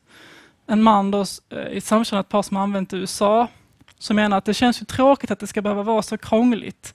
Och det känns ju som ett fruktansvärt orättvist samhälle där man inte har några regler som är anpassade till hur verkligheten ser ut. Och en del som då inte har fått hjälp av familjerätten har då kanske tagit hjälp av någon jurist som har hjälpt till då med att ordna dokument så att det ska bli ändå en liten snabbare process. Och det är också så att har man inte den genetiska pappan måste bli vårdnadshavare innan man kan få föräldrapenning och innan man kan få barnbidrag också. Och det har ju då satt en del föräldrar i en ganska svår ekonomisk situation då, för det är bara en som har haft lön kanske under en lång tid. Den genetiska pappans partner behöver då genomgå en adoptionsprocess också, så att även om man då är genetisk mamma så måste man också genomgå en adoptionsprocess för att bli förälder. Och den genetiska pappans partner har då känt sig orättvist behandlad och ifrågasatt som förälder när man då fått vänta mycket längre för att bli erkänd som juridisk förälder. Det har också orsakat en del problem att man inte har varit vårdnadshavare. Och här är då ett citat från en man i ett samkönat par som säger: det är lite jobbigt när man alltid är sådär ifrågasatt. Det blir sådana här dagliga käftsmällar när man ska gå till apoteket och hämta ut medicin. Så får man inte göra det när man ska ringa Försäkringskassan, så brukar jag säga att jag heter och så mannens namn då. För att slippa hålla på och tjafsa liksom, när man då måste göra någonting som man måste vara vårdnadshavare för. Och här är en kvinna då i ett heterosexuellt par som säger: det är ju ingen enkel process det här då, att bli förälder. Och det är ingen sån här positiv upplevelse utan ganska kämpig och jobbig. Ja, usch, säger jag bara. Väldigt jobbig som nybliven förälder. När man ska vara lycklig så ska man hålla på med den här biten. Så att det har ju påverkat människorna även mentalt då, att man inte har blivit sedd som förälder då direkt. Så sammanfattningsvis så kan man säga att de som har använt Indien har haft lite ambivalens i användandet av surrogatmödraskap, och det har varit en osäker process mot föräldraskap som har också påverkat personerna mentalt. Och att skulle det bli en reglering i Sverige så skulle det då behövas vara att båda föräldrarna skulle få en enklare och tydligare process mot juridiskt föräldraskap för att underlätta och trygga situationen för alla då. Ja, tack. Tack Anna. Jätteintressant. Ni ska få ställa frågor till Anna också. Vi kommer att ha 10 minuter nu med frågor, sedan så tar vi en liten paus. Men jag tänkte börja frågan då förstås. Bara gå tillbaka till de här föräldrarna och deras relation till Indien. För när det är så mycket osäkerheter som det verkar vara, var går man för att få säkerhet och få information? Och till exempel om man nu tänker på surrogatmammans rättigheter och risken för utnyttjande. Finns det något stöd att få, eller finns det någon information att hämta? Hur man ska undvika fallgroparna? Det finns ju ett forum på nätet, surrogat.nu, som ju då är ett forum för människor som har använt sig av surrogatmödraskap, eller för de som vill använda sig av surrogatmödraskap. Och där kan man ta upp vissa frågeställningar som just handlar om vad ska man tänka på och var är det bäst att vända sig. Och det är framförallt 2 kliniker eller agenturer i Indien, i Mumbai, som de flesta har vänt sig till, de flesta svenskarna. För att man har upplevt att där har det fungerat. Vad upplever du själv? Är det etiskt försvarbart? Går det att liksom göra det här med gott samvete? Ja, alltså, det är svårt för mig att svara på. Jag tycker att det är väldigt komplext. Och även föräldrarna som har använt det här kan ju också tycka att i viss mån verkar vara komplext, och att man har ju klart inte full kontroll över surrogatmammas situation, men att många har ändå upplevt att det har blivit bra för surrogatmamman. Och det finns ju studier som har tittat på surrogatmammans situation i Indien. Det finns en kvinna som heter Shamila Rudrappa som har intervjuat kvinnor som har blivit rekryterade på textilfabriker, där man då har kanske jobbat 10-12 timmar om dagen under svåra arbetsförhållanden, och man har fått väldigt lite lön och blivit sexuellt trakasserad på sin arbetsplats. Och de har då tyckt att vara surrogatmamma är ju faktiskt ett bättre alternativ för dem. Även om de kanske skulle önska att de hade lite mer rättigheter, så tycker de ändå att det är en bättre situation, och att man då framförallt får mycket mer pengar och lever under bättre förhållanden än när man då jobbar på den här textilfabriken. Har vi någon fråga till... Där har vi en fråga. Ja, Margit Wålsten heter jag, men det är så många frågor. Vi ska få en mikrofon hit, förlåt. Det är många frågor, ja. Ja, hej, Margit Wålsten heter jag. Jag har hemskt mycket frågor och hemskt många. Men jag ska bara ta en fråga, för den har legat... det här med kvinnans hälsa ligger ju hela tiden i botten, tycker jag. Och synen på kvinnan och jämställdhet mellan kvinnor och män. Men jag undrar, är man surrogatmamma en gång, eller är man surrogatmamma och så vilar man och så är man surrogatmamma igen och så... Ja, oftast faktiskt. Att de som har varit surrogatmammor i Indien, de fortsätter ofta att vara det. Man kommer tillbaka kanske 2 eller man kommer tillbaka kanske 1 eller 2 gånger och är surrogatmamma. Det finns ju det har inte funnits någon lagstiftning kring surrogatmödraskap i Indien hittills heller. Men det finns ju riktlinjer som säger att man inte får föda mer än 5 barn totalt, och det är inkluderat ens så att säga egna barn också.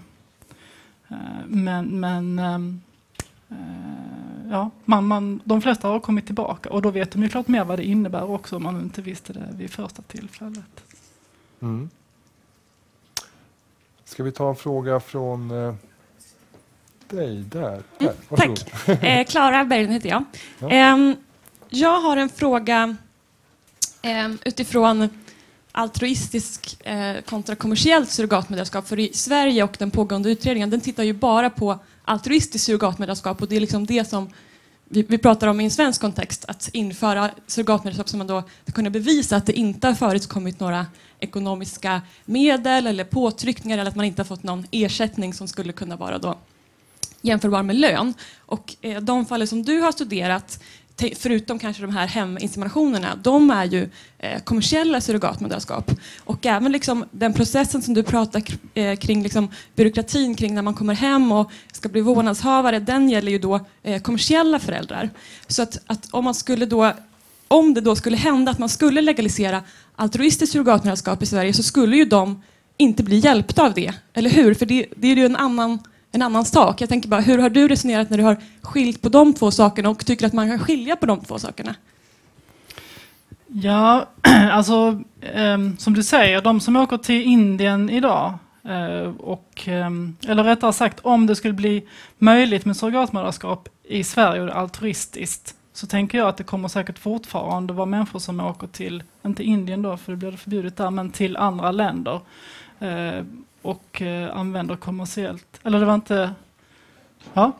Jo, men alltså utredningen handlar ju om att legalisera altruistiskt. Och när man legaliserar bara altruistiskt, det betyder att man ju också förbjuder kommersiellt. Alltså utredningen handlar om att legalisera altruistiskt nationellt. Och om man då gör det, betyder det att man inte legaliserar det andra. Så då skulle det vara illegalt. De som åker utomlands kommer fortfarande ha samma problem när de kommer hem. Det är det du menar? Det beror på hur man gör. Alltså, i Australien till exempel så är det ju tillåtet med altruistiskt surrogatmödraskap. Men många har ju ändå åkt till Indien och använt kommersiellt surrogatmödraskap. Och det har i sig inte varit förbjudet. Någon enstaka stat tror jag har förbjudit att man åker utomlands och använder kommersiellt surrogatmödraskap. Men det finns ändå, man har ändå kanske åkt. Så att även om man tillåter altruistiskt i Sverige och förbjuder kommersiellt, så är det kanske inte säkert att det kommer att vara... Jag vet inte hur lagstiftningen kommer att se ut. Men i England är det också tillåtet med altruistiskt surrogatmödraskap, men man har ändå åkt utomlands och använt kommersiellt surrogatmödraskap. Vi hinner med en fråga till. Varsågod. Oj, vilken tur för mig. Jag heter Victoria Saxby och kommer från Centerkvinnorna.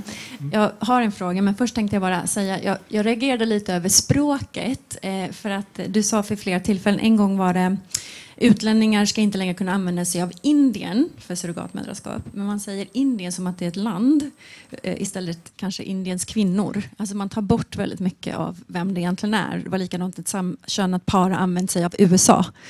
Jag tycker sånt språk kan vara lite farligt, för att då glömmer man bort att det är personer det handlar om. Det var det ena. Men jag kan ta över vad Klara sa här med det här altruistiska, för att utredningen handlar ju som sagt om det. Och då brukar diskussionen i Sverige vara att problemet med att man då kanske utnyttjar kvinnor genom det kommersiella, nu kommer det inte funka i Indien men på andra ställen, om vi hade ett altruistiskt här så skulle färre kvinnor skulle bli utnyttjade. Men det finns ju studier som visar att har man altruistiskt så blir det en normaliseringsprocess som gör att det kommersiella också ökar, så att man i själva verket alltså ökar utnyttjandet av fattiga kvinnor. Andra saker är som i Grekland så har man altruistiskt, men de som egentligen, när man har gjort studier, så är det ju kvinnor från Östeuropa som får betalning som man inte ser, eller påtryckningar. Så jag bara undrar om du har någon tanke på vad är riskerna? Alltså, nu är det väldigt mycket så här, det här är bra för alla och kommersiellt och ekonomisk vinst och så vidare. Men skulle det finnas så många kvinnor i Sverige som skulle vara redo, vilka är det i så fall som skulle riskeras utnyttjas? Och också det här tycker jag ökar det kommersiella. Ja, men jag tror också att det är så att även om man skulle legalisera det i Sverige, så som du säger, det finns ju studier som visar att man åker ändå till andra länder. Både Australien och England som har tillåtit altruistiskt surrogatmödraskap är ju också många som åker utomlands för att använda kommersiellt surrogatmödraskap då. Så att då är det ju en annan typ av lagstiftning, och det är mer en global lagstiftning som skulle se till att man tryggar det för surrogatmammor i andra länder i så fall. Och det har diskuterats, men man har inte kommit fram till någon lösning där ju, så att det återstår att se. Okej, jag tror att vi drar ett streck där och tar en liten bensträckare på 5 minuter och sen så presenterar jag nästa talare här om 5 minuter. Rör på benen och ta lite frisk luft. Tack Anna, en applåd till henne. Tack.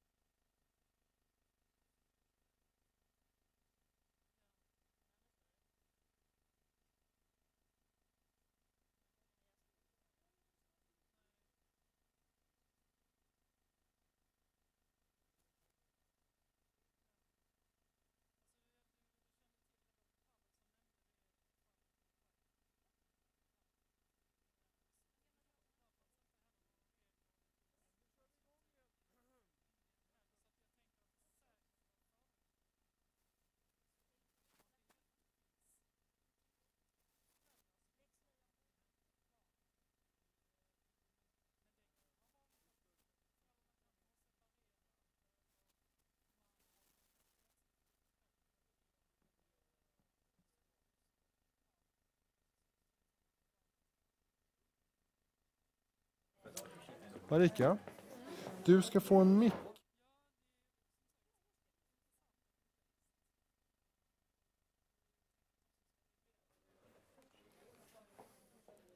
Då så. Är jag på? Nej, jo. Välkomna tillbaks. Det var 2 intensiva dragningar och diskussioner. Mycket nya intryck måste jag säga. Ny värld öppnar sig. Och nu ska vi få en 3:e pusselbit till det här. Och då är det jättekul att få presentera nästa talare.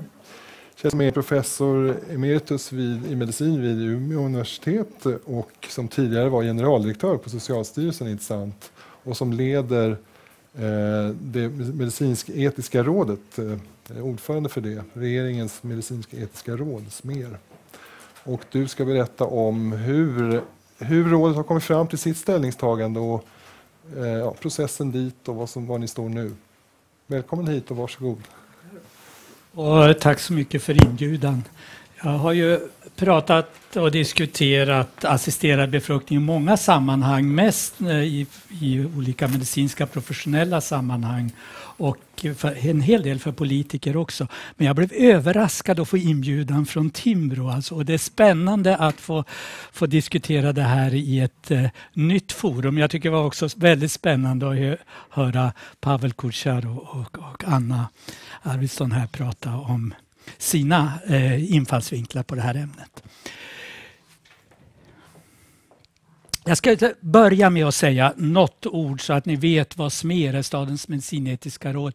Det här är en kommitté, en oberoende kommitté med särskild status som är placerad på Socialdepartementet. Vår huvuduppgift är att vara rådgivande till regering och riksdag, men vi har en rad andra uppgifter inklusive, och det kan vara särskilt aktuellt här, det är att stimulera den allmänna debatten i medicinetiska frågor. Rådet består av en ledamot från vardera av riksdagspartierna och sen är jag politiskt oberoende ordförande. Vi har också 10 sakkunniga med bred sammansättning. Vi har ett par jurister, vi har 2 professorer i medicinsk etik, vi har representanter för medicinska professioner, för patientföreningar, SKL och Socialstyrelsen, alltså Sveriges kommuner och landsting och Socialstyrelsen också representerade. Vi har ett litet sekretariat, vi har inte mycket resurser, men vi har 3 personer vid Socialdepartementet. Vi publicerar rapporter som den här om assisterad befruktning. Vi har mycket remisser och arrangerar konferenser och har som uppgift att vara brobyggare mellan forskare och beslutsfattare. Så vi har haft ett par seminarier på riksdagen. Omvärldsspaning, vi deltar i internationella nätverk. I nästan varje västeuropeiskt land och på många håll, på andra håll i världen finns motsvarande nationella etikkommittéer.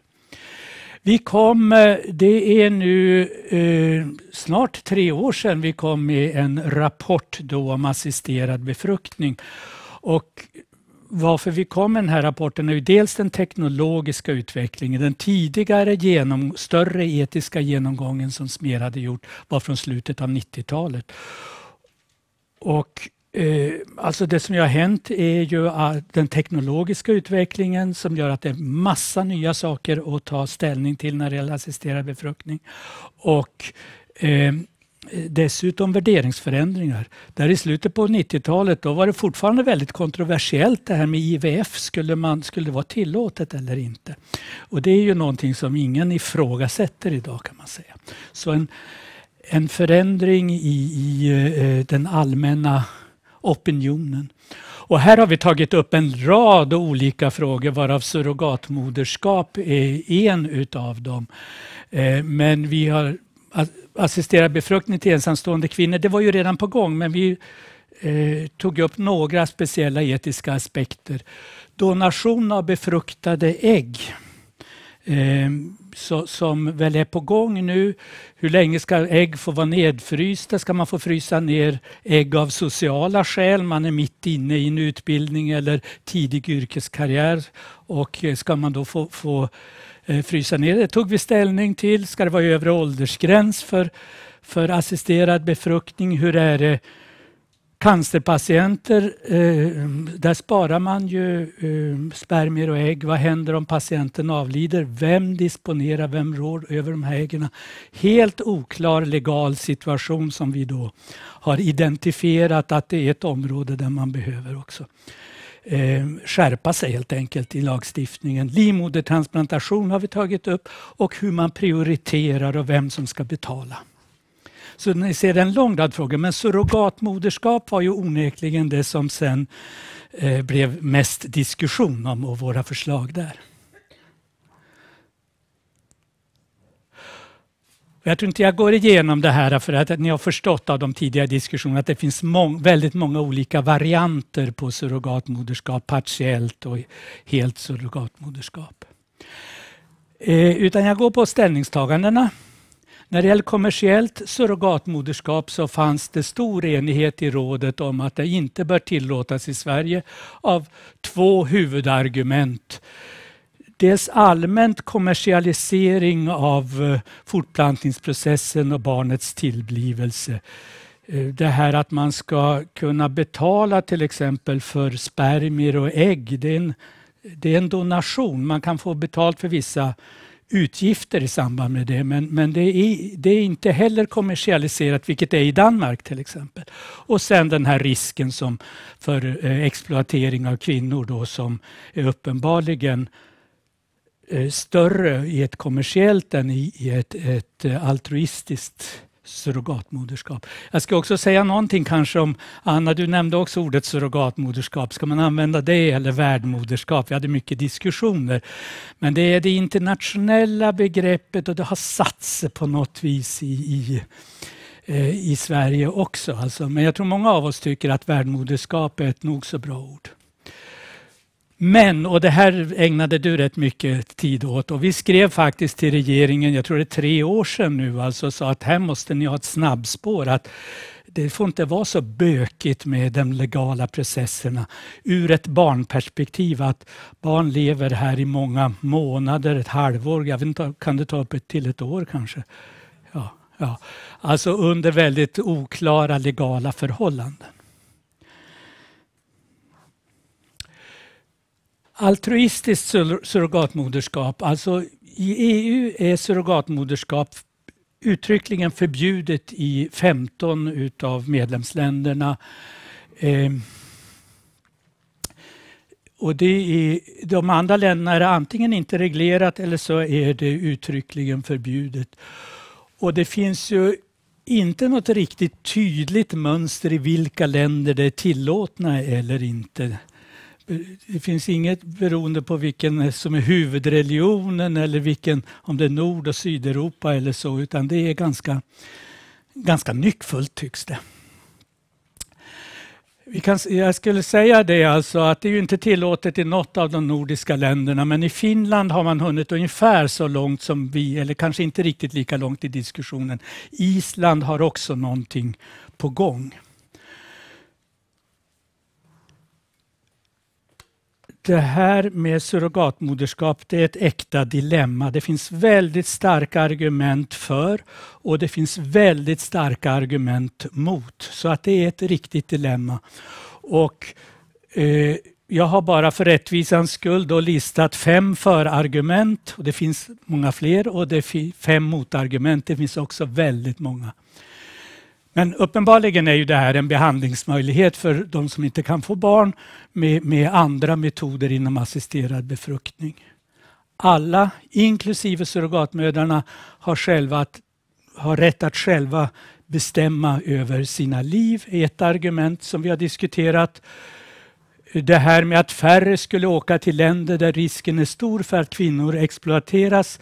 Det hörde vi nu i diskussionen här att kanske i Storbritannien, kanske i Australien, så ökar också antalet som åker till andra länder. Det gör det ju i Sverige också där det är förbjudet. Det ökar i nästan alla länder och det är väldigt svårt att tolka de data. Dessutom är det väldigt svårt att få fram bra siffror på det här, vad som egentligen händer. Bättre säkerhet i Sverige än i andra länder.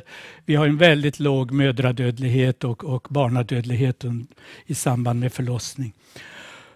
Och sen det här argumentet att efterlängtade planerade barn ofta får mer engagerade föräldrar och att det finns...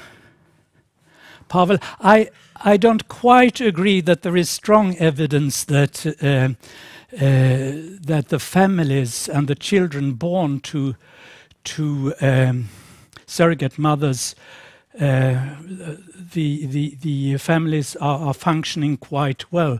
There is some support pointing to this, but it's not as science. I don't agree that it's a very strong support, but there is some support from the UK. Och sen då 5 argument mot. Det här är ett medel för att tillfredsställa en annans person att önskan att få barn och att det finns medicinska risker för surrogatmodern. Nu minimeras ju de via att man ska ha fött barn tidigare, det ska vara okomplicerade havandeskap. Och så. Men det finns alltid en kvarvarande mindre risk i alla fall. Och det här bygger då på att det vetenskapliga underlaget är inte så starkt. Alltså det finns ganska mycket om hur surrogatmödrar mår efter ett surrogatmoderskap. Och där får man säga att de flesta studier visar att de i regel är stolta och nöjda med den insats som de har gjort. Men däremot är det fortfarande, tycker jag då, med gammal vetenskaplig bakgrund, alltså att det inte är någon stark vetenskap när det gäller hur det går för barnen på lång sikt. Men i Storbritannien har man ju följt det här upp till, jag tror det är 12 eller 15 år nu. Och det tycks, i alla fall finns det inga säkra bevis för att det går dåligt för de här barnen. Man har sagt att det är risk för smygande kommersialisering, och i Storbritannien där man har då altruistiskt surrogatmoderskap så finns det åtminstone enstaka fall där det har varit svarta pengar inblandade.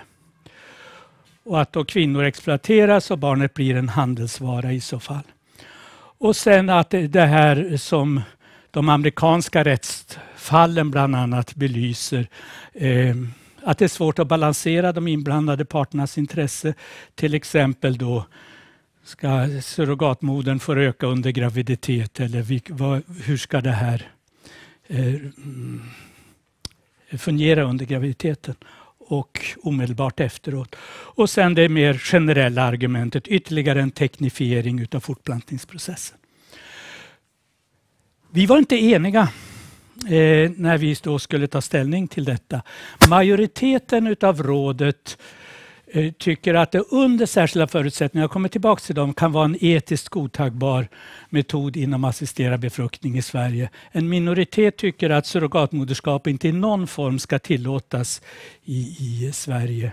Och politiskt så ställde det sig så då att det var KD och Vänsterpartiet som var emot, medan de andra stödde majoritetsbeslutet.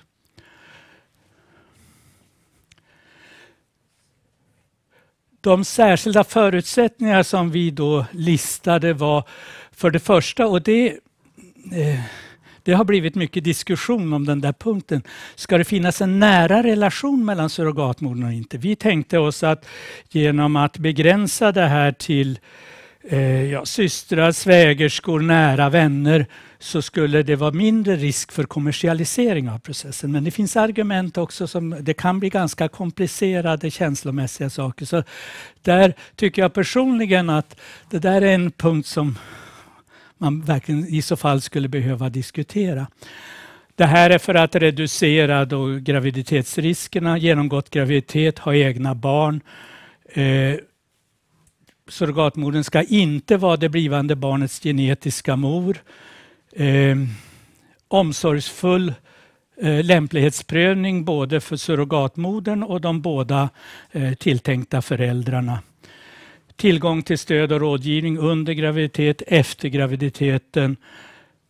Det här som är Sverige var ju tidigast med en rättighet för barnen att alltid få veta sitt ursprung, och det betonar vi här också. Och att det verkligen behövs långtidsuppföljningar om det här skulle bli tillåtet. Väldig debatt.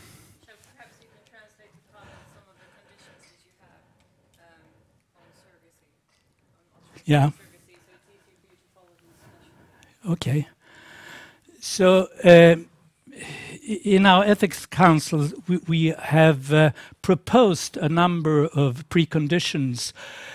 One of them being that there should be a close relationship between the surrogate mother and the potential parents. One is a successful pregnancy, own children.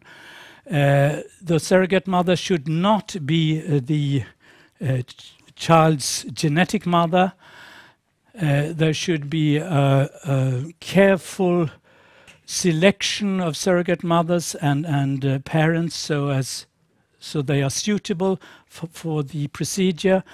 Support, advice during and after pregnancy, information to the child early on how they have been conceived, and long-term follow-up.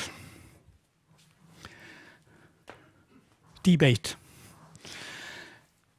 Och då kan man säga att aktörerna utöver politiker i den offentliga debatten, på försidan har det varit de barnlösa och deras organisationer.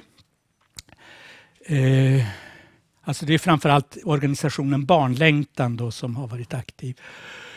Sen en del föräldrar har hörts i debatten till barn som har tillkommit genom surrogatmoderskap utomlands. Jag har uppträtt i diskussioner i tv vid ett par tillfällen just med föräldrar som har berättat om sina erfarenheter. Och sen kan man säga att inom de medicinska professionerna allmänt så är obstetriker och gynekologer för detta. Mot så har det varit, det skrevs ju mycket i tidningar och många artiklar kom från kristna tankesmedjor och andra religiösa organisationer. Feministiska organisationer, och där Sveriges kvinnolobby var då en av de starka rösterna. Sveriges kvinnliga läkare har också varit en stark röst här. En del barnläkare har hörts i debatten som har varit emot detta. De tycker att det är lite för osäkert hur det går för barnen. Och jag har ju haft såna här chattar och så med folk, och där finns det ett stort inslag av homofobi får man säga i den här debatten.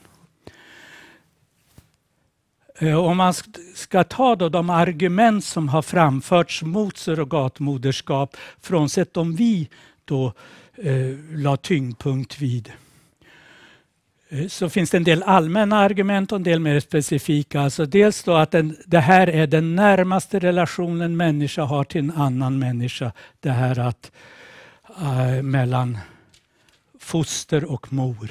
Och det ställs åt sidan. Att det kommer att bli svårt att skilja altruistiskt från icke-altruistiskt har väldigt många betonat. Man har sagt, vilket jag tycker är djupt orättvist, men i alla fall har det framförts ofta i debatten att SMER förespråkar fertilitetsturism. Vi har ju velat istället ta hem det här till Sverige. Och vad händer då om surrogatmodern eller föräldrarna ändrar sig? Och det är de här rättstvisterna i USA. Barnperspektiv, man har sagt att det strider mot FNs barnkonvention, men vi hade ju jurister som tittade på det här och som inte tycker detta. Anknytningsproblematiken, det här som har att göra med det här närmaste relationen, har man lyft fram då. Att barn som tillkommer genom surrogatmoderskap skulle få anknytningsproblem. Och sen, vilket jag delvis håller med om, att det här vetenskapliga underlaget är lite knackigt. Om man tittar i mödraperspektivet och argument som har framförts mot, så exploatering av kvinnor, särskilt om kvinnor ska tillgodose homosexuella mäns önskemål. Och det har i debatten alltså framförts analogier, prostitution. Någon professor sa att det var tidsbegränsat slaveri. Att det här är uttryck för ett instrumentellt tänkande. Alltså en kvinnas livmoder är inte ett förvaringskärl. Och jag tror att kvinnolobbyn har använt det argumentet. Sen så även om det är altruistiskt har man sagt att det kan ju ändå finnas, om inte ekonomiska så i alla fall sociala påtryckningar, och att det skulle vara en nackdel med vårt krav på nära relation här, att en syster till en kvinna som inte kan få barn kan känna starka påtryckningar. Och sen risk för psykisk ohälsa hos surrogatmodern. Där tycker jag finns visst, alltså de som har varit surrogatmodrar kan också drabbas till exempel av sån här depression tidigt efter förlossningen till exempel. Men inte det är en låg utsträckning, eftersom det har gjorts mycket kartläggningar av det. Det här är de som har valt att bli surrogatmödrar är ganska stabila kvinnor och trygga redan från början, och de har inte i tidigare graviditeter haft någon depression eller så. Men en del drabbas onekligen av förlossningsdepression. Sen har det då i debatten kommit till ytterligare argument för.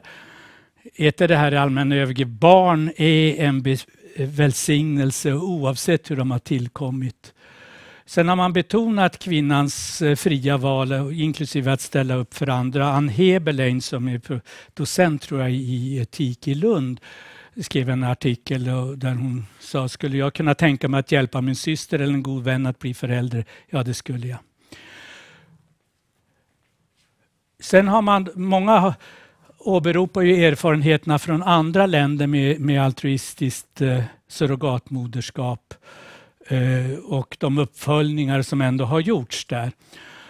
Sen har man sagt, ska jag säga, vi har inte betonat det så mycket, men man har sagt i debatten att det borde finnas goda utsikter att skapa och upprätthålla ett fungerande regelverk i länder, och att om man sätter upp ett regelverk så finns det mycket att lära av andra länder. Man har dragit, det var ju uppe redan i diskussionen här, alltså analogier till organdonation där man ställer upp för en annan människa, eller bara blodgivning till exempel, som ju också är på icke-kommersiell bas. Sen har det då varit kvinnor, framförallt amerikanska kvinnor, som man har lyft fram i den svenska debatten och som har uttalat sig. Och sen har det här argumentet att vi måste ha ett samhälle som är öppet för hbtq-personer också varit ett argument för surrogatmoderskap. Och det här är bara för att visa att inom professionerna, så det här är båda från Läkartidningen, alltså, så är det kluvet mellan, åtminstone en del barnläkare tycker att man tar för stor hänsyn till barnlösas önskemål, och så finns det då obstetriker, gynekologer som tycker att det här behövs. Och bland annat åberopar de här båda, hon jobbar i Helsingfors och hon kommer från Finland. Det var intressant för att i Finland var det oreglerat, och därför var det ungefär 15 tror jag par som fick barn genom surrogatmoderskap i Finland.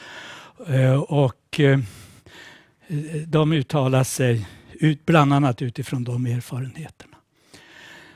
Och avslutningsvis, vad är det som nu händer?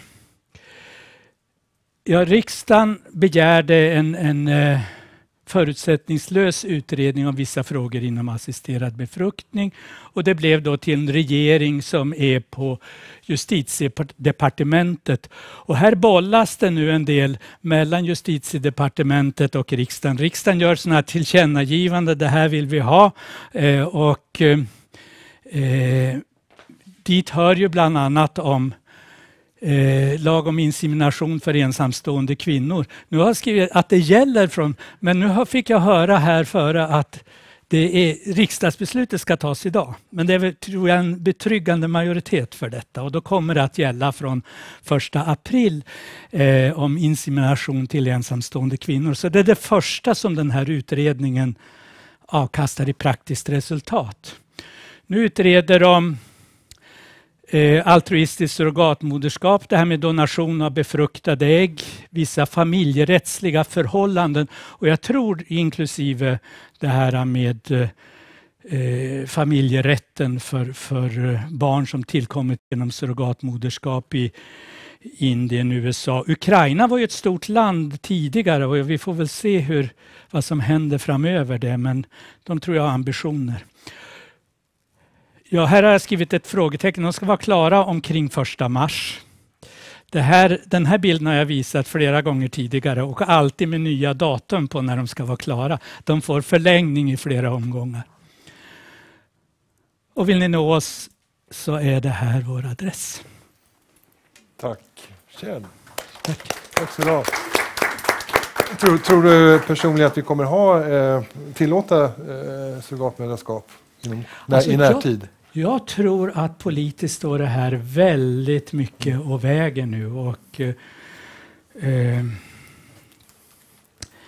det är ju olika partikongresser som har uttalat sig ibland mot partiledningens önskemål. Då. Det är splittrat i vissa partier. Alltså det här, jag tror politikerna kommer att vara väldigt...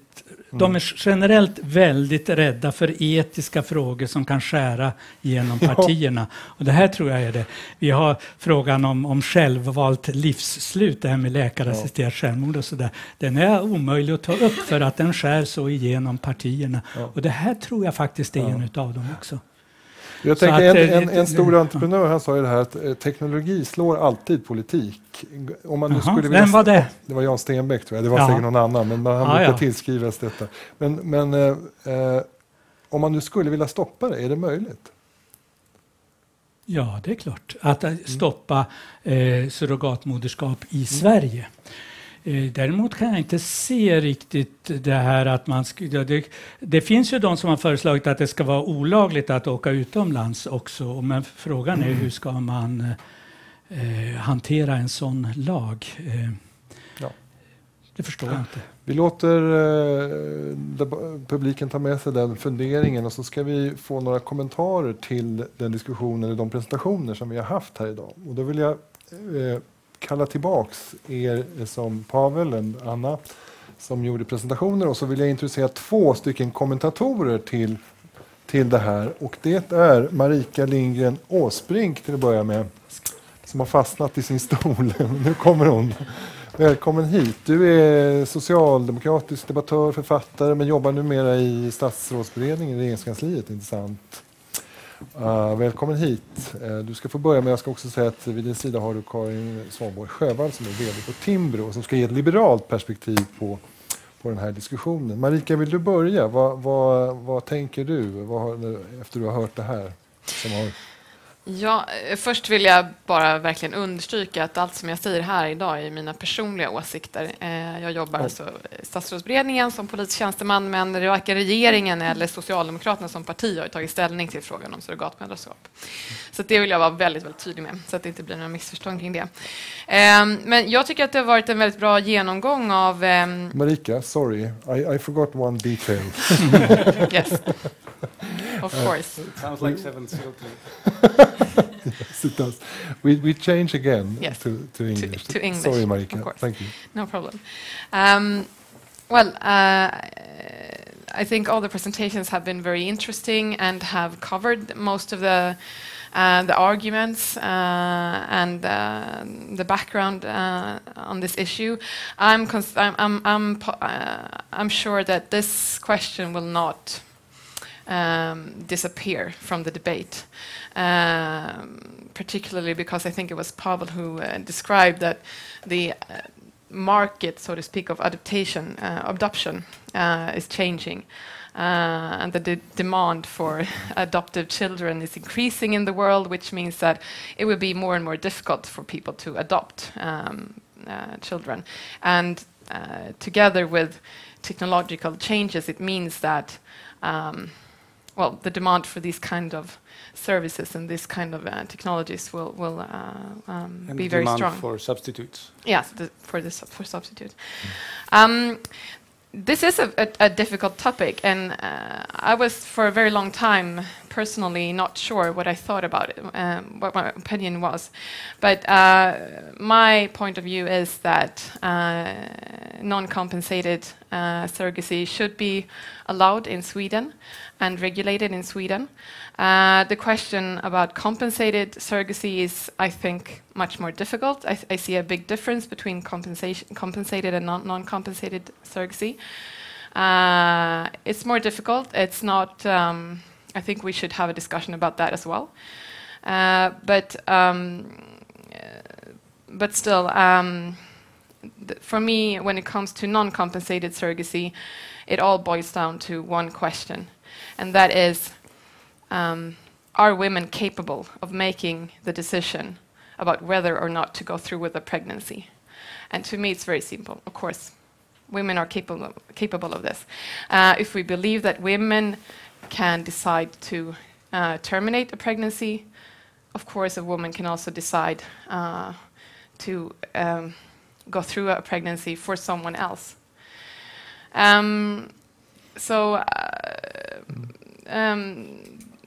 Yeah, that's the basic question for me. And I think that, I mean, there are lots of concerns in this, and I think that Kjell has covered probably all of them in a very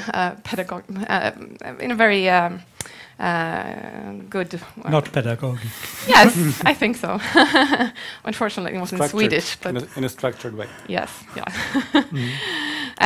But I think that the reason that this is a difficult topic is, well, so part of it is due to. I mean, this hasn't been possible because of technology until just a few decades ago. And it takes a very long time for all of us to change perceptions about reproduction and what it means to be a family. I mean, what it means to carry a child inside of you.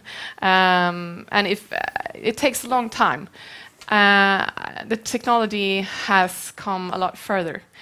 And to me, I must say, as a feminist, it is a bit strange to see large part of the feminist movement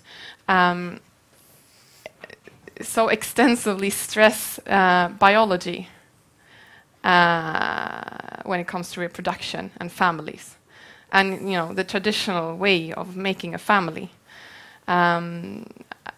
It's something that is a bit strange about that. And I mean, all these arguments about what it means to actually carry a child in your womb. I mean, men have never done that, but they are considered to be parents anyway. I think that is something that we can.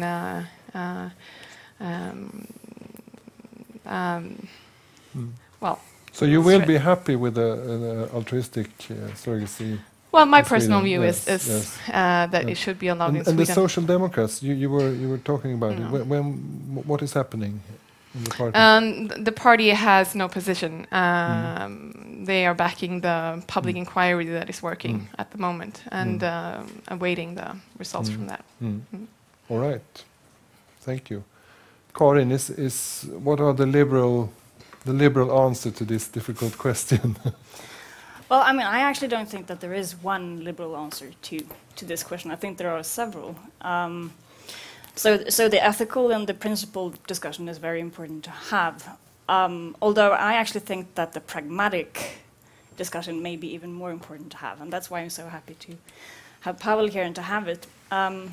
Because unlike Kjell, I actually think that it isn't possible to prevent this from happening. Even if we have laws prohibiting it, it will occur anyway. And that is because we do a lot of things that we don't regulate either as being prohibited or as being expressively allowed. And I think the argument also about force and whether you as a woman can make a conscious choice of using your own body to help someone else do this as a service for them is also more sort of difficult than you would think, because you have a lot of women who may agree to have a child even though they don't want it because of family reasons or whatever. So I think it's difficult to isolate it that way.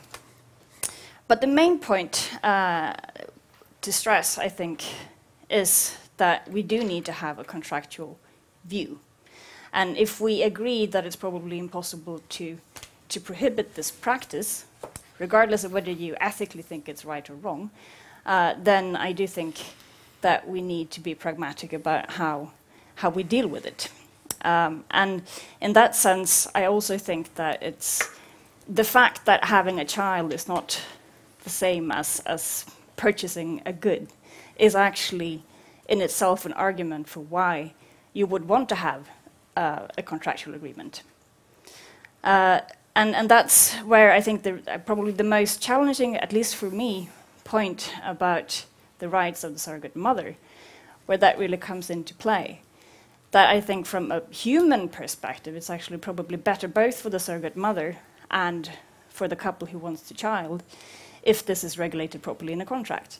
Because it makes it emotionally easier for the woman, I think, that is carrying the child to give it up. And I think it also weeds out parents that you don't want to have in this process in the first place. I think that's a very important point. That said, I also think it's interesting when you look at the different groups that oppose surrogate motherhood, that there's a paradox. You have a pro-life lobby who says that this is very important to prevent. So you have a pro-life lobby who wants to prevent life from happening this way. And then you have another group of people who are pro-choice and who are saying that, you know, we are pro-choice because we want to guard women's right, sort of reproductive rights. And they are actually against this particular choice that I think is, to me, it's just it's just very strange that you would think that there wouldn't be a woman that would make a conscious choice and who would do this of her own free will. But the money, are you okay with fine with the transaction coming into surrogacy? Yes, I am. I think it needs to be regulated, but I think, as Pavel stressed, if you do think that surrogate motherhood is a thing that should exist, and I do, then you need to create a proper market for it. And then you do need the commercial sort of aspect into it. And also I think it's just. You have costs that occur with a pregnancy, and as a service I think you should be able to charge for it as well. But again, I mean, you do need to have a proper regulatory framework for it. But given that, I think that would be that's the difference between you, Marika. You are not at all interested in discussing a payment in any form for surrogacy. No, I think the topic could be discussed, but I think it's much closer to. Well, it's more complicated, I would say. I mean, on the one hand, of course, it's very reasonable to, if someone makes such a big undertaking, such as actually being pregnant with someone else's child, of course, it's reasonable to say that you should be compensated for this. But on the other hand, when money is involved, you know, topics regarding inequality and power is much more. It's more difficult. Exploitation is sort of easier to. There's a bigger risk of exploitation, I would say, and also as a social democrat, I mean, I see big problems with like enlarging this logic of the market to more areas than we already have. I mean, I see their motives are very different if you do something for money or if you do something because you care about someone or. So I think it's more difficult, but that doesn't mean that I don't think that you should discuss it. I think we need to have a discussion about that as well. What is your judgment? Will we have a law legalizing surrogacy and regulating surrogacy in a year or so? I have absolutely no idea. I have absolutely no idea. But I think that the discussion will not disappear. I mean, no matter what the inquiry publishes and what the political decision will be coming years, it will keep coming because the demand from people will not disappear.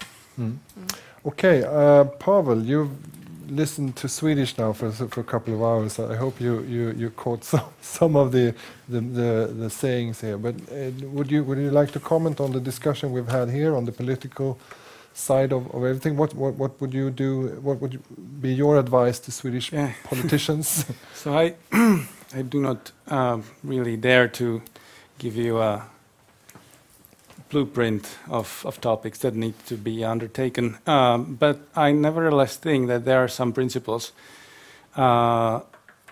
that I would follow while structuring my thinking about this problem. And I started looking into surrogate motherhood because I didn't know what to think about it. It was this kind of curiosity in the first place.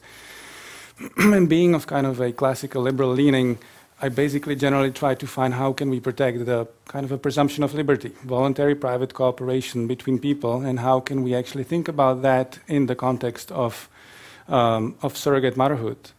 And I think that when we're thinking about how the market for surrogate motherhood should look like, what should be the guidelines, what should be the contractual aspects that we should uphold, and what should be the contractual aspects that we should not uphold, I don't know.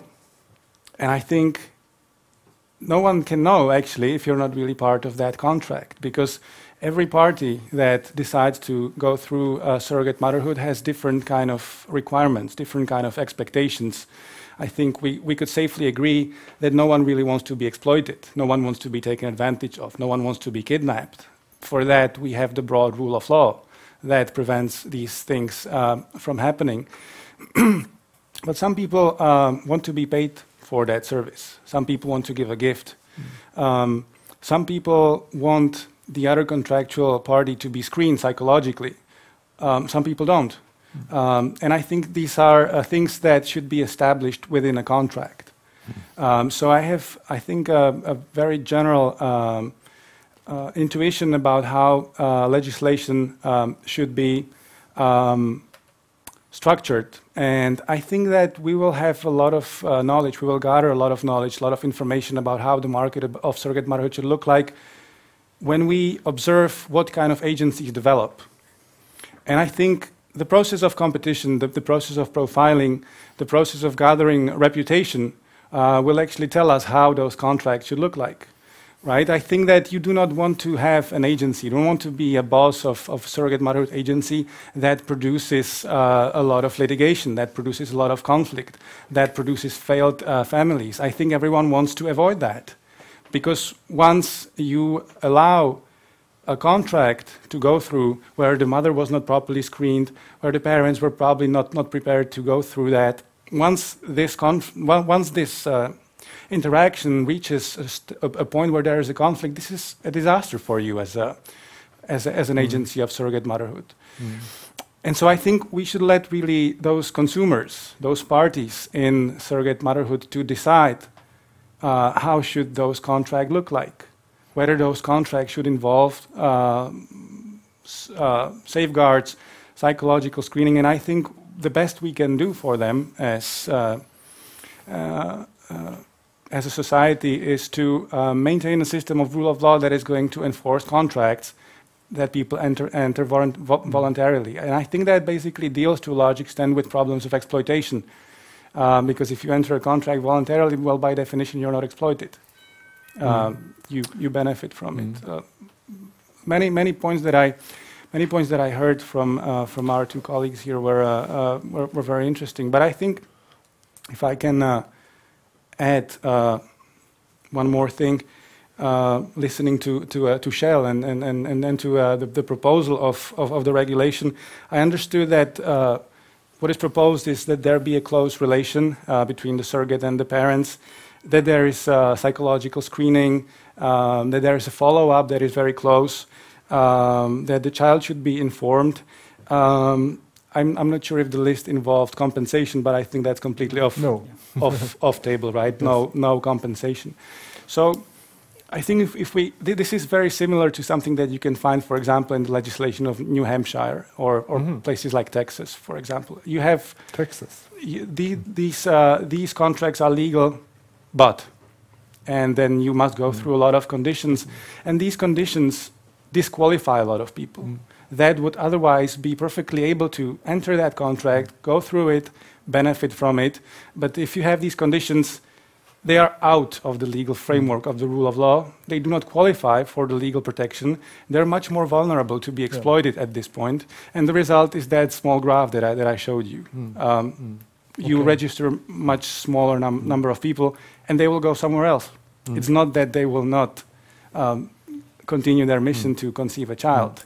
They will go somewhere else, perhaps follow conditions that are not as safe. Perhaps they will have to travel through India. I think this is dangerous. I think this is exploitative. Thank you, Pavel.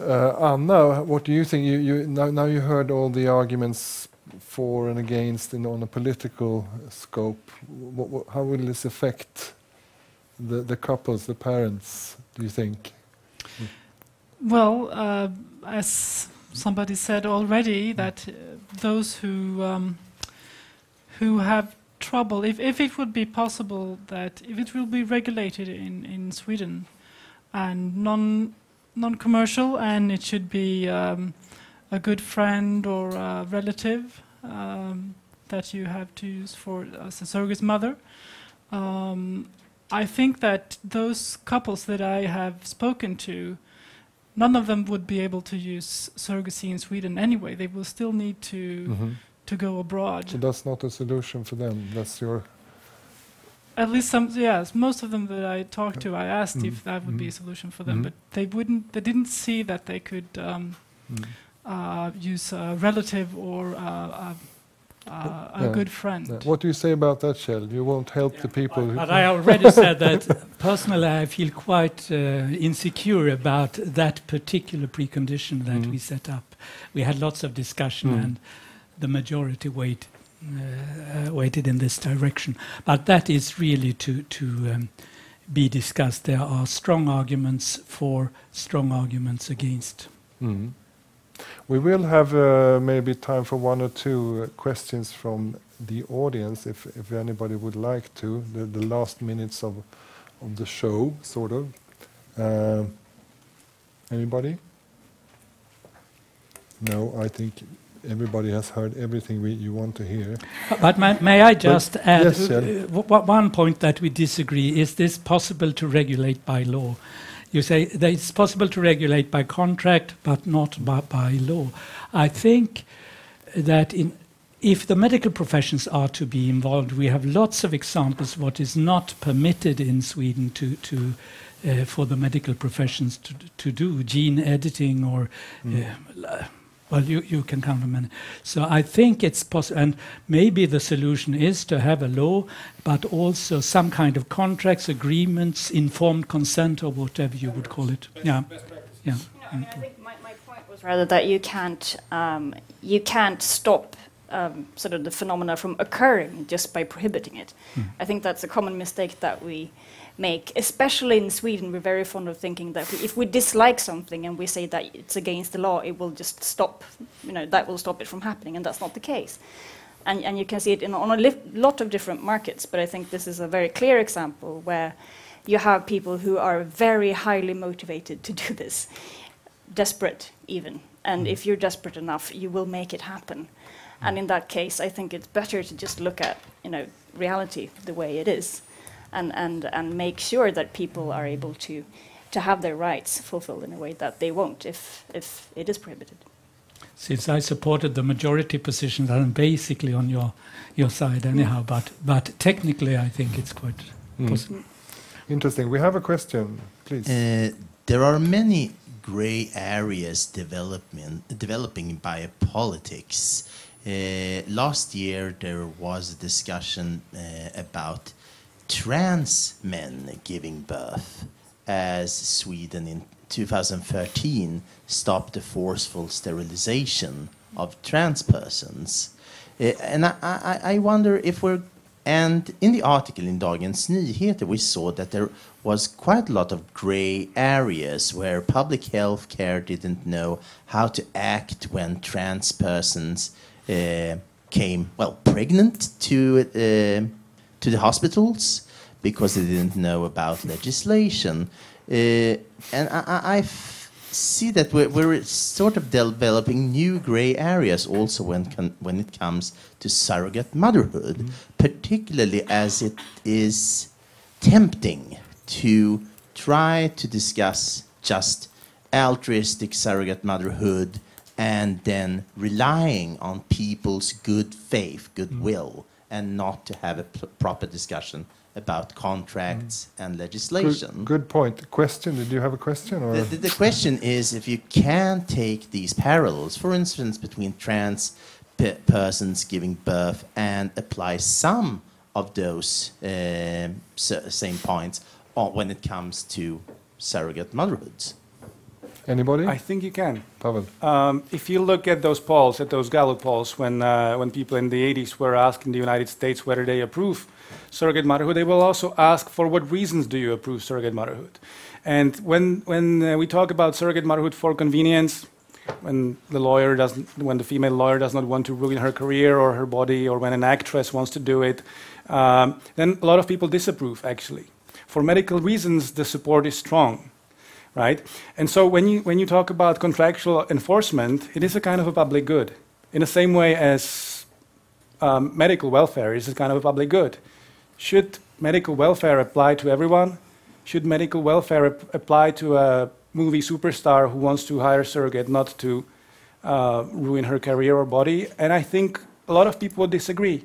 I wouldn't perhaps say that medical welfare should apply for people that use surrogate motherhood for convenience.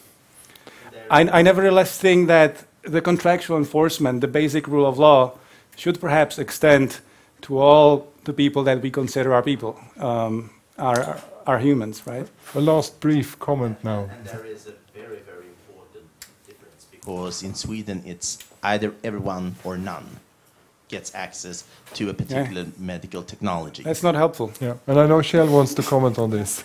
But on this particular problem, which is a little different for a trans person giving birth, as far as I know, there is one or two cases, and they have been treated exactly as any other mother-to-be in the medical system. They didn't say so in the article. No, but I've spoken to the midwives, and they think that they were very surprised to see a woman with beard in the waiting room, but they ascertained that he or she was treated the same way. Great. Thank you very much. I, for sure, has learned a lot today, and I hope the same accounts for all of you. It has been a lot of information, a lot of questions put that you will have to think about for a long time, I think, to sort out things here. But thanks a lot to a very, very good, competent panel and speakers. We give them a round of applause, and we say thank you to the audience as well. Thank you. Thank you.